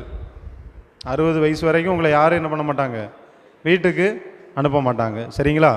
அதனால் நீங்கள் வந்திருக்கீங்க, கொஞ்சம் பேர் தான் வந்திருக்கீங்க, ஒரு முடிவு எடுத்துடுங்க. இந்த வருஷம் நான் வேலைக்கு போவேன். எத்தனை எக்ஸாம் கால்ஃபர் ஆகுது? நீங்கள் இந்த 2 மாதத்தில் டெக்னிக்கல் எக்ஸாம் கால்ஃபர் ஆகிடுச்சு டிஎன்பிசியில், அப்புறம் இப்போ ஐடி லெவலில் ஒன்று கால்ஃபர் ஆகிருக்கு. குரூப் 1 லெவலில், அதாவது டெப்டி கலெக்டர் கேடரில் எக்ஸாம் கால்ஃபர் ஆகிருக்கு. இப்படி 2 மாதத்தில் 3 எக்ஸாம் கால்ஃபர் ஆகிருக்கு. சரியா? அதனால் உங்களுடைய சிந்தனை வேலைக்கு போனோம், நான் வந்து ஒரு அரசு பணிக்கு போனோம், நான் ஒரு நல்ல ஒரு வாழ்க்கையை வாழணும் அப்படின்னா நீங்கள் என்ன பண்ணுங்கள், உங்களுடைய மைண்ட் கோலை வந்து ஃபிக்ஸ் பண்ணிக்கிடுங்க. சரிங்களா? ஒரே ஒரு உதாரணத்தை சொல்கிறேன். நான் மெஞ்ஞானபுரத்தில் கோஆர்டினேட்டராக இருக்கிறதுனால அங்கே சுமதின்னு ஒரு பொண்ணு வந்தா. சரியா? அவங்க அப்பா வந்து விவசாய கூலி, விவசாயத்தில் தண்ணி பாய்க்கிற, தோட்டத்தில் தண்ணி பாய்க்கிற கூலி வேலையாளாக இருந்த ஒருடைய பொண்ணு வந்து எங்கள் ஒய்பிஐக்கு வந்தா. இந்த பொண்ணு வந்து பிஇ எப்படியோ படிச்சிருக்காப்புல. ஆனால் எப்படியாவது ஒரு அரசு பணிக்கு போனோம், ரொம்ப ஏழ்மையில் இருக்கோம் அப்படின்னு சொல்லிட்டு நாங்கள் வந்து ஒரு நல்ல இடத்துக்கு போகணும் அப்படின்னு சொல்லி அரசு பணி எப்படியாவது போகணும்னு சொல்லிட்டு நம்ம ஒய்பிஏ அமைப்பை பற்றி கேள்விப்பட்டு அந்த பொண்ணு நம்மகிட்ட வர்றா. வந்து ஜிகே வந்து ஃபுல்லாக வந்து படிக்கிறா. ஒரு நாள் கூட அந்த பொண்ணு கிளாஸை மிஸ் பண்ணதே கிடையாது. மெஞ்ஞானபுரத்தில் கிளாஸ் எடுக்கும்போது ஒரு நாள் கூட அந்த பொண்ணு மிஸ் பண்ணது கிடையாது. அதுக்கு நிறைய உதாரணம் இருக்குது. முதலூரில் பார்த்தீங்கன்னா அந்த மாதிரி ஒரு 2-3 பேர் இருக்காங்க. அவங்களாம் இன்றைக்கி சர்வீஸ்க்கு போயிட்டாங்க, வேலைக்கு போயிட்டாங்க. டெக்னிக்கல் எக்ஸாமில் தமிழ்நாடு லெவலில் 2வது இடம் அந்த பொண்ணு வந்துச்சு. எத்தனாவது இடம்? 2வது இடம் வந்துச்சு. அப்புறம் ஃபஸ்ட்டு டைம் வந்து 2 நேரம் அந்த பொண்ணு டெக்னிக்கல் எக்ஸாமில் இன்ஜினியரிங் லெவலில் செலக்ட் ஆனாங்க. ஃபஸ்ட்டு டைம் வந்து ஆவினில் மேனேஜராக கிடச்சிது. இந்த தூத்துக்குடி ஆவினில் ஜாயின் பண்ணாப்புல. திரும்ப அடுத்த வருஷம் எழுதி ஸ்டேட் லெவலில் 2வது ரேங்க் எடுத்தாப்புல. இப்போ வந்து இந்து சமய அறநிலைத்துறையில் இன்ஜினியராக இருக்காப்புல. ஆனால் நல்ல வேலை, நல்ல பொசிஷன். அப்போ ஒரு நாள் அவங்க அப்பா ரோட்டில் போகும்போது, உங்கள் பொண்ணு தான் இந்த மாதிரி கவர்மெண்ட் வேலையில் இன்ஜினியராக செலக்ட் ஆகிருக்காங்க அப்படின்னு அவங்க அப்பாட்ட சொல்லும்போது, என் பொண்ணாக செலக்ட் ஆகிருக்காங்கன்னு சொல்லி அவங்க அப்பாவுக்கு ரொம்ப சந்தோஷம். சரியா? என் பொண்ணு ஒரு நல்ல வேலைக்கு போயிட்டா. ஒத்தைக்கு ஒரு பொண்ணு தான், ரொம்ப ஏழ்மையான குடும்பம், ஒத்தைக்கு ஒரு பொண்ணு நல்ல ஒரு பணிக்கு. இன்றைக்கி பார்த்தீங்கன்னா தூத்துக்குடி, திருநெல்வேலி, கன்னியாகுமரி 3 மாவட்டத்துக்கும் அந்த பொண்ணு தான் அந்த இந்து சமய அறநிலைத்துறையில் இன்ஜினியராக பணி செய்கிறாங்க. ஒரு கார் கொடுத்துருக்காங்க, ஒரு நல்ல வேலை. என்னை ஃபோன் பண்ணி சொன்ன அண்ணே நல்ல வேலையில் உட்காந்துருக்கேனே அப்படின்னு சொல்லும்போது ரொம்ப சந்தோஷம். அதே போல் தான் நீங்களும் என்ன பண்ணுங்கள், உங்கள் அப்பா உங்களை நீங்கள் எப்படி இருப்பாங்கன்னு எனக்கு தெரியாது, கஷ்டப்பட்டு என் பிள்ளை எப்படியாவது ஒரு அரசு பணிக்கு போயிட மாட்டாங்களா, ஒரு நல்ல வேலைக்கு போயிட மாட்டாங்களா, நம்ம குடும்பத்தில் ஒரு மாற்றம் வராதா அப்படின்னு சொல்லி உங்கள் அப்பா கனவு கண்டிருப்பாங்க. அந்த கனவை நினைவாக்குறது யார் கையில் தான் இருக்குது? யார் கையில் தான் இருக்குது? உங்கள் கையில் தான் இருக்குது. சரியா? முடியும் அப்படி நீங்கள் நடந்து வந்தீங்கன்னா உங்களுக்கு எல்லாமே வழி கொடுக்கும். சரியா? முடங்கி கிடந்தால் சிலந்தியும் உங்களை சிறைப்பிடிக்கும். அதனால் எழுந்து நடங்க. வாய்ப்பு நிறையா இருக்குது, வாய்ப்பை பயன்படுத்துங்க. உங்களுக்கான தேடலை ஆரம்பிங்க. யூடியூப் சமூக வலைத்தளங்களில் நிறைய விஷயங்கள் அதில் சொல்கிறாங்க, அதெல்லாம் பாருங்கள், கொஞ்சம் செவி சாய்ங்க, உங்களுக்கான வாய்ப்பு கிடைக்கும். நல்ல ஒரு அரசு பணியை பெற்று இந்த ஊருக்கு பெருமை சேருங்க, உங்கள் வீட்டுக்கு பெருமை சேருங்க, உங்கள் அப்பாவுடைய பேரை நிலைநாட்டுங்க. நீங்கள் அப்படி செய்வேன் என்று வாழ்த்தி கூறி விடைபெறுகிறேன். நன்றி, வணக்கம்.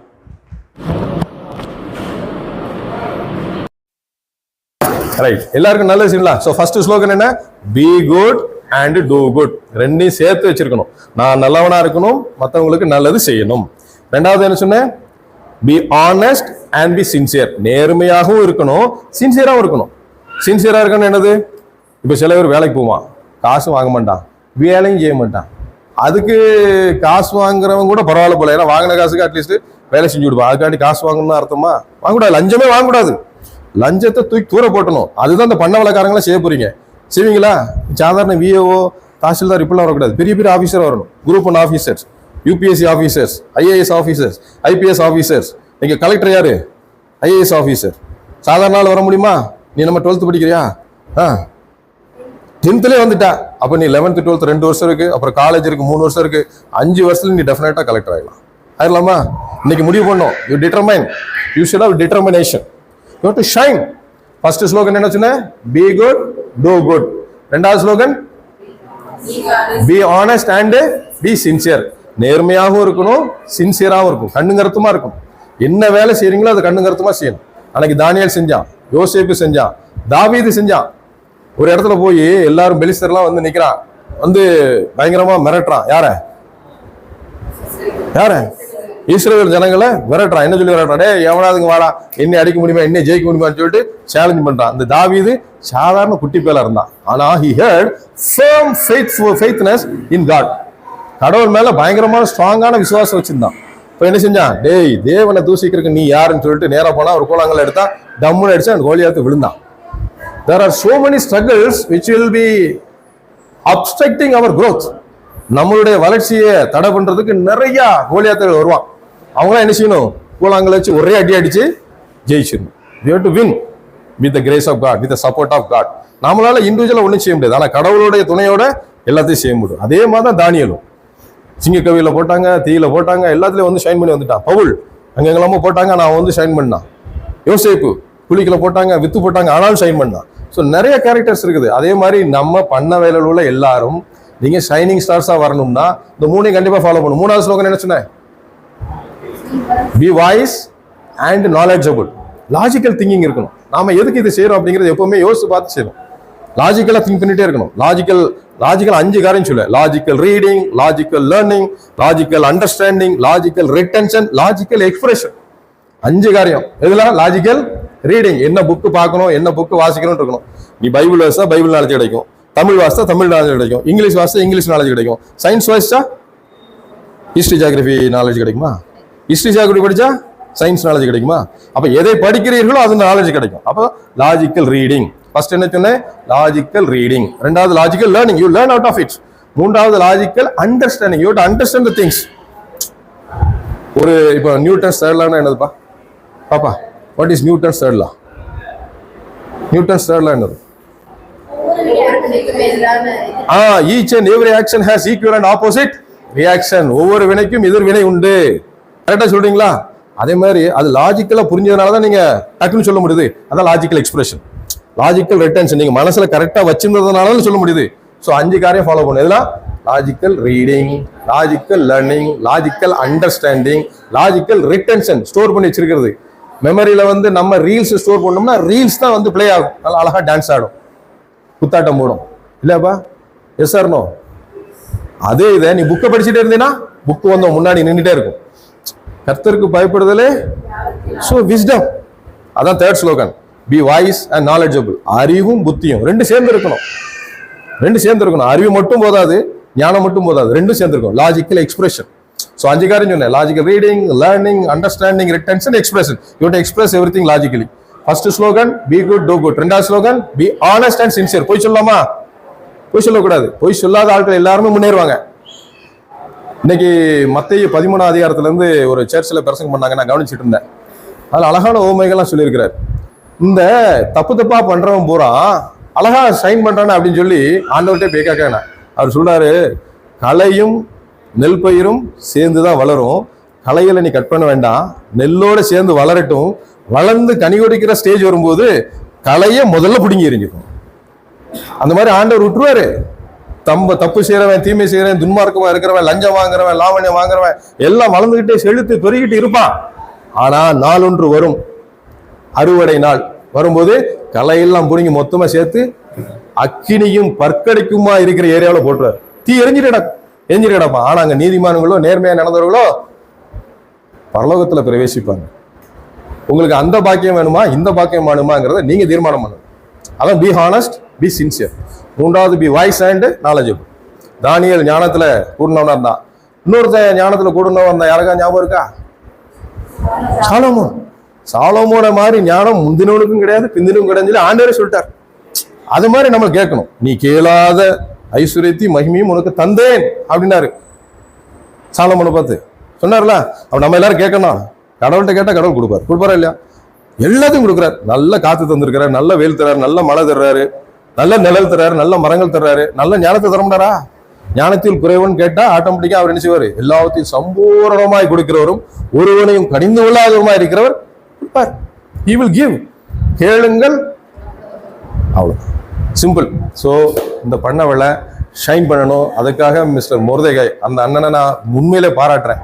அவர் சாதாரணமாக இந்த ஊரில் உள்ளது ஜெயிச்சுட்டு போனார், அதோட விடலை. இந்த மண்ணுக்குன்னு செய்யறோன்னு சொல்லி இப்போ எங்களை கூட்டு வந்துருக்கிறாரு. அது கூட சேர்ந்து வசீகரன் அண்ணன், அப்புறம் இன்னும் 2-3 அண்ணன்மார் இருக்காங்க. எனக்கு அவங்க பேர்லாம் தெரியல. அவங்க எல்லாரும் ஆண்டோட நாமத்தினால நான் வாழ்த்துகிறேன், அவங்களுக்கு நன்றி சொல்லுகிறேன். அவருடைய இந்த மினிஸ்ட்ரி இன்னும் தொடரட்டும். இந்த ஒய்பிஏவும் நல்லா ஜொலிக்கட்டும். ஒரு ஷைனிங் ஸ்டாராக இந்த வண்ண வேலை எல்லா இந்த சுற்றுப்புறத்தில் உள்ள எல்லாருக்கும் ஒரு பெரிய அமைப்பாக நீங்கள் எல்லாரும் நேர்மையான அதிகாரியாக ஒரு ஆள் 2 ஆள் இல்லை, எல்லாரும். அந்த ஆட்டு மந்தையில் 100 ஆடு இருந்துச்சு, ஒரு ஆடு காணாமல் போச்சு. அந்த ஆட்டு மந்தையை மேய்க்கிறவன் என்ன செஞ்சான்? 99 ஆடை வச்சு சந்தோஷப்பட்டானா? என்ன செஞ்சான்? ஒரு ஆடை காணாமல் போன தேட ஆடை கண்டுபிடிச்சு. அப்போ நம்மளுக்கெல்லாம் வேலை என்னது? இந்த ஒரு ஆடை தேடுற வேலை தான். ஆளுக்கு ஒவ்வொரு ஆடை தேடுங்க, நிறைய ஆடுகள் வந்துடும்ல, மந்தை பெருசா இருக்கும்ல. எமில் ஜமசிங் என்ன பாடினாரு ஒரு பாட்டு, என்னது? இந்த ஆடுகளை சேர்க்கணும். அப்புறம் இன்னொரு பாட்டுல சொல்லுவாரு, பரலோகத்தை இந்தியர்கள் நிரப்பட்டும். அந்த பாட்டை மாத்திட்டோம் இப்போ, மாத்தி எப்படி சொல்லியிருக்கான்? பரலோகத்தை பரிசுத்தர்கள் நிரப்பட்டுன்னு சொல்றான். அது உலகம். ஆமா, உறக்கம் தெரியும்ல. பரலோகத்தை இந்தியர்கள் நிரப்புவார் துதியுங்கள் ராஜாதி ராஜனம். பாத்தீங்களா எவ்வளவு அழகான பாட்டு. பரலோகத்தை யார் நிரப்பணும்? It is our bound and duty to bring the people from the darkness to the light. Our God is light of land. அதனால அந்த காரியத்தை நம்ம செய்யறதுக்கு வந்திருக்கிறோம். இதுல கிறிஸ்டியன்ஸ், ஹிந்து, முஸ்லிம்ஸ் அந்த எந்த டிஸ்கிரிமினேஷனும் கிடையாது. எல்லாரும் ஹியூமன் பீயிங்ஸ். நம்ம எல்லாரும் மனிதர்கள். மனிதர்கள் எல்லாரும் நல்லவர்களா இருக்கும். நல்ல மரம் நல்ல கனியை கொடுக்கும், கெட்ட மரம் கெட்ட கனியை கொடுக்கும். கெட்ட மரம் நல்ல கனியை கொடுக்காது, நல்ல மரம் கெட்ட கனியை கொடுக்காது. நல்லவன் நல்லவனாத்தே இருப்பான். வருஷம் லஞ்சம் வாங்கலன்னா அவர் ரிட்டையர் ஆகிற வரைக்கும் லஞ்சம் வாங்க மாட்டான், சாகிற வரைக்கும் லஞ்சம் வாங்க மாட்டான். We should be deterministic. நான் லஞ்சம் வாங்கக்கூடாது. ஏன் தம்பி மாறா? Yes or no? நீங்க முதல்ல வேலைக்கு வரணும், லஞ்சம் வாங்காம இருக்கணும். வந்துடுவீங்களா? லஞ்சம் வாங்காம இருப்பீங்களா? அதுதான் பெரிய காரியம். நம்ம ஊருக்கு, நம்ம பெற்றோருக்கு, நம்ம இந்த நாட்டுக்கு, தேசத்துக்கு, எல்லாத்துக்குமே நன்மை பயக்கும் பிள்ளைகளாக நீங்க எல்லாரும் வளரணும். இந்த பண்ணை வேலை ஒரு பெரிய விழாக்கோலம் பூண்டு ஒரு நாள் வரணும். என்கிட்ட கேட்டாங்க, ஆன்லைனில் நம்ம போடலாமான்னு சொல்லிட்டு. எனக்கு அதில் இப்போதைக்கு அவ்வளோ நாட்டம் இல்லை. ஆன்லைனில் எப்போ போடணும்னா ஆரம்பமானது அற்பமாக இருக்கும், ஆனால் முடிவு சம்பூரணமாக இருக்கும். இன்னைக்கு தேதி என்ன? 12/7/2026. நீங்கள் 25/12/2026 நான் வருவேன், அல்லது 26, 27, 28 இதில் ஒன்றில் வருவேன். இப்போ வரும்போது இந்த பண்ணை வேலையினுடைய இந்த குரூப், இந்த ஒய்பிஏ டீம் ஒரு 100 பேர் 150 பேர் வந்திருக்கணும். வந்துருமா? அதுதான் சம்பூரணம். அந்த 150 பேரும் வேலை கிடைச்சிடணும். அந்த 150 பேரும் ஞானமா இருக்கணும். அந்த 150 பேரும் எக்ஸலண்டா இருக்கணும். அந்த 150 பேரும் லஞ்சம் வாங்காத அதிகாரியா இருக்கும். அதுதான் ஹைலைட்ஸ், பினாக்கிள் அதுதான். ஸோ அதை நோக்கி நம்ம பயணிப்போம். இது சாதாரண ஒரு ஆரம்பம். தண்ணீரின் மேலே ஆகாரத்துக்கு கூட அநேக நாட்களுக்கு பின்பு அதன். So we have to reap the benefits. So அதுக்கு முயற்சி எடுத்திருக்கிற எல்லா பெரியவர்களையும், நம்ம இந்த சர்ச்சினுடைய மெம்பர்ஸ், ரெவரன்ஸ், அதன் அசோசியேட்டட் பீப்புள் எல்லாரையும் நான் கர்த்தராகிய இயேசு கிறிஸ்து நாமத்தினாலே வாழ்த்துகிறேன். இது பல்மடங்கு பெருகி அநேகருக்கு ஆசீர்வாதமாக இருக்கணும் என்று வாழ்த்து கூறி, எல்லாமல்ல இறைவனுக்கு நன்றி கூறி, உங்கள் எல்லாருக்கும் நன்றி கூறி, இதில் பேசின எல்லாருக்கும் நன்றி கூறி, இதில் உட்கார்ந்துருக்கிற எல்லாருக்கும் நன்றி கூறி, எல்லாரும் வாழ்க வளமுடன் என்று சொல்லி வாழ்த்து நிறைவு சொல்கிறேன். நன்றி, வணக்கம். God bless you. தேங்க்யூ.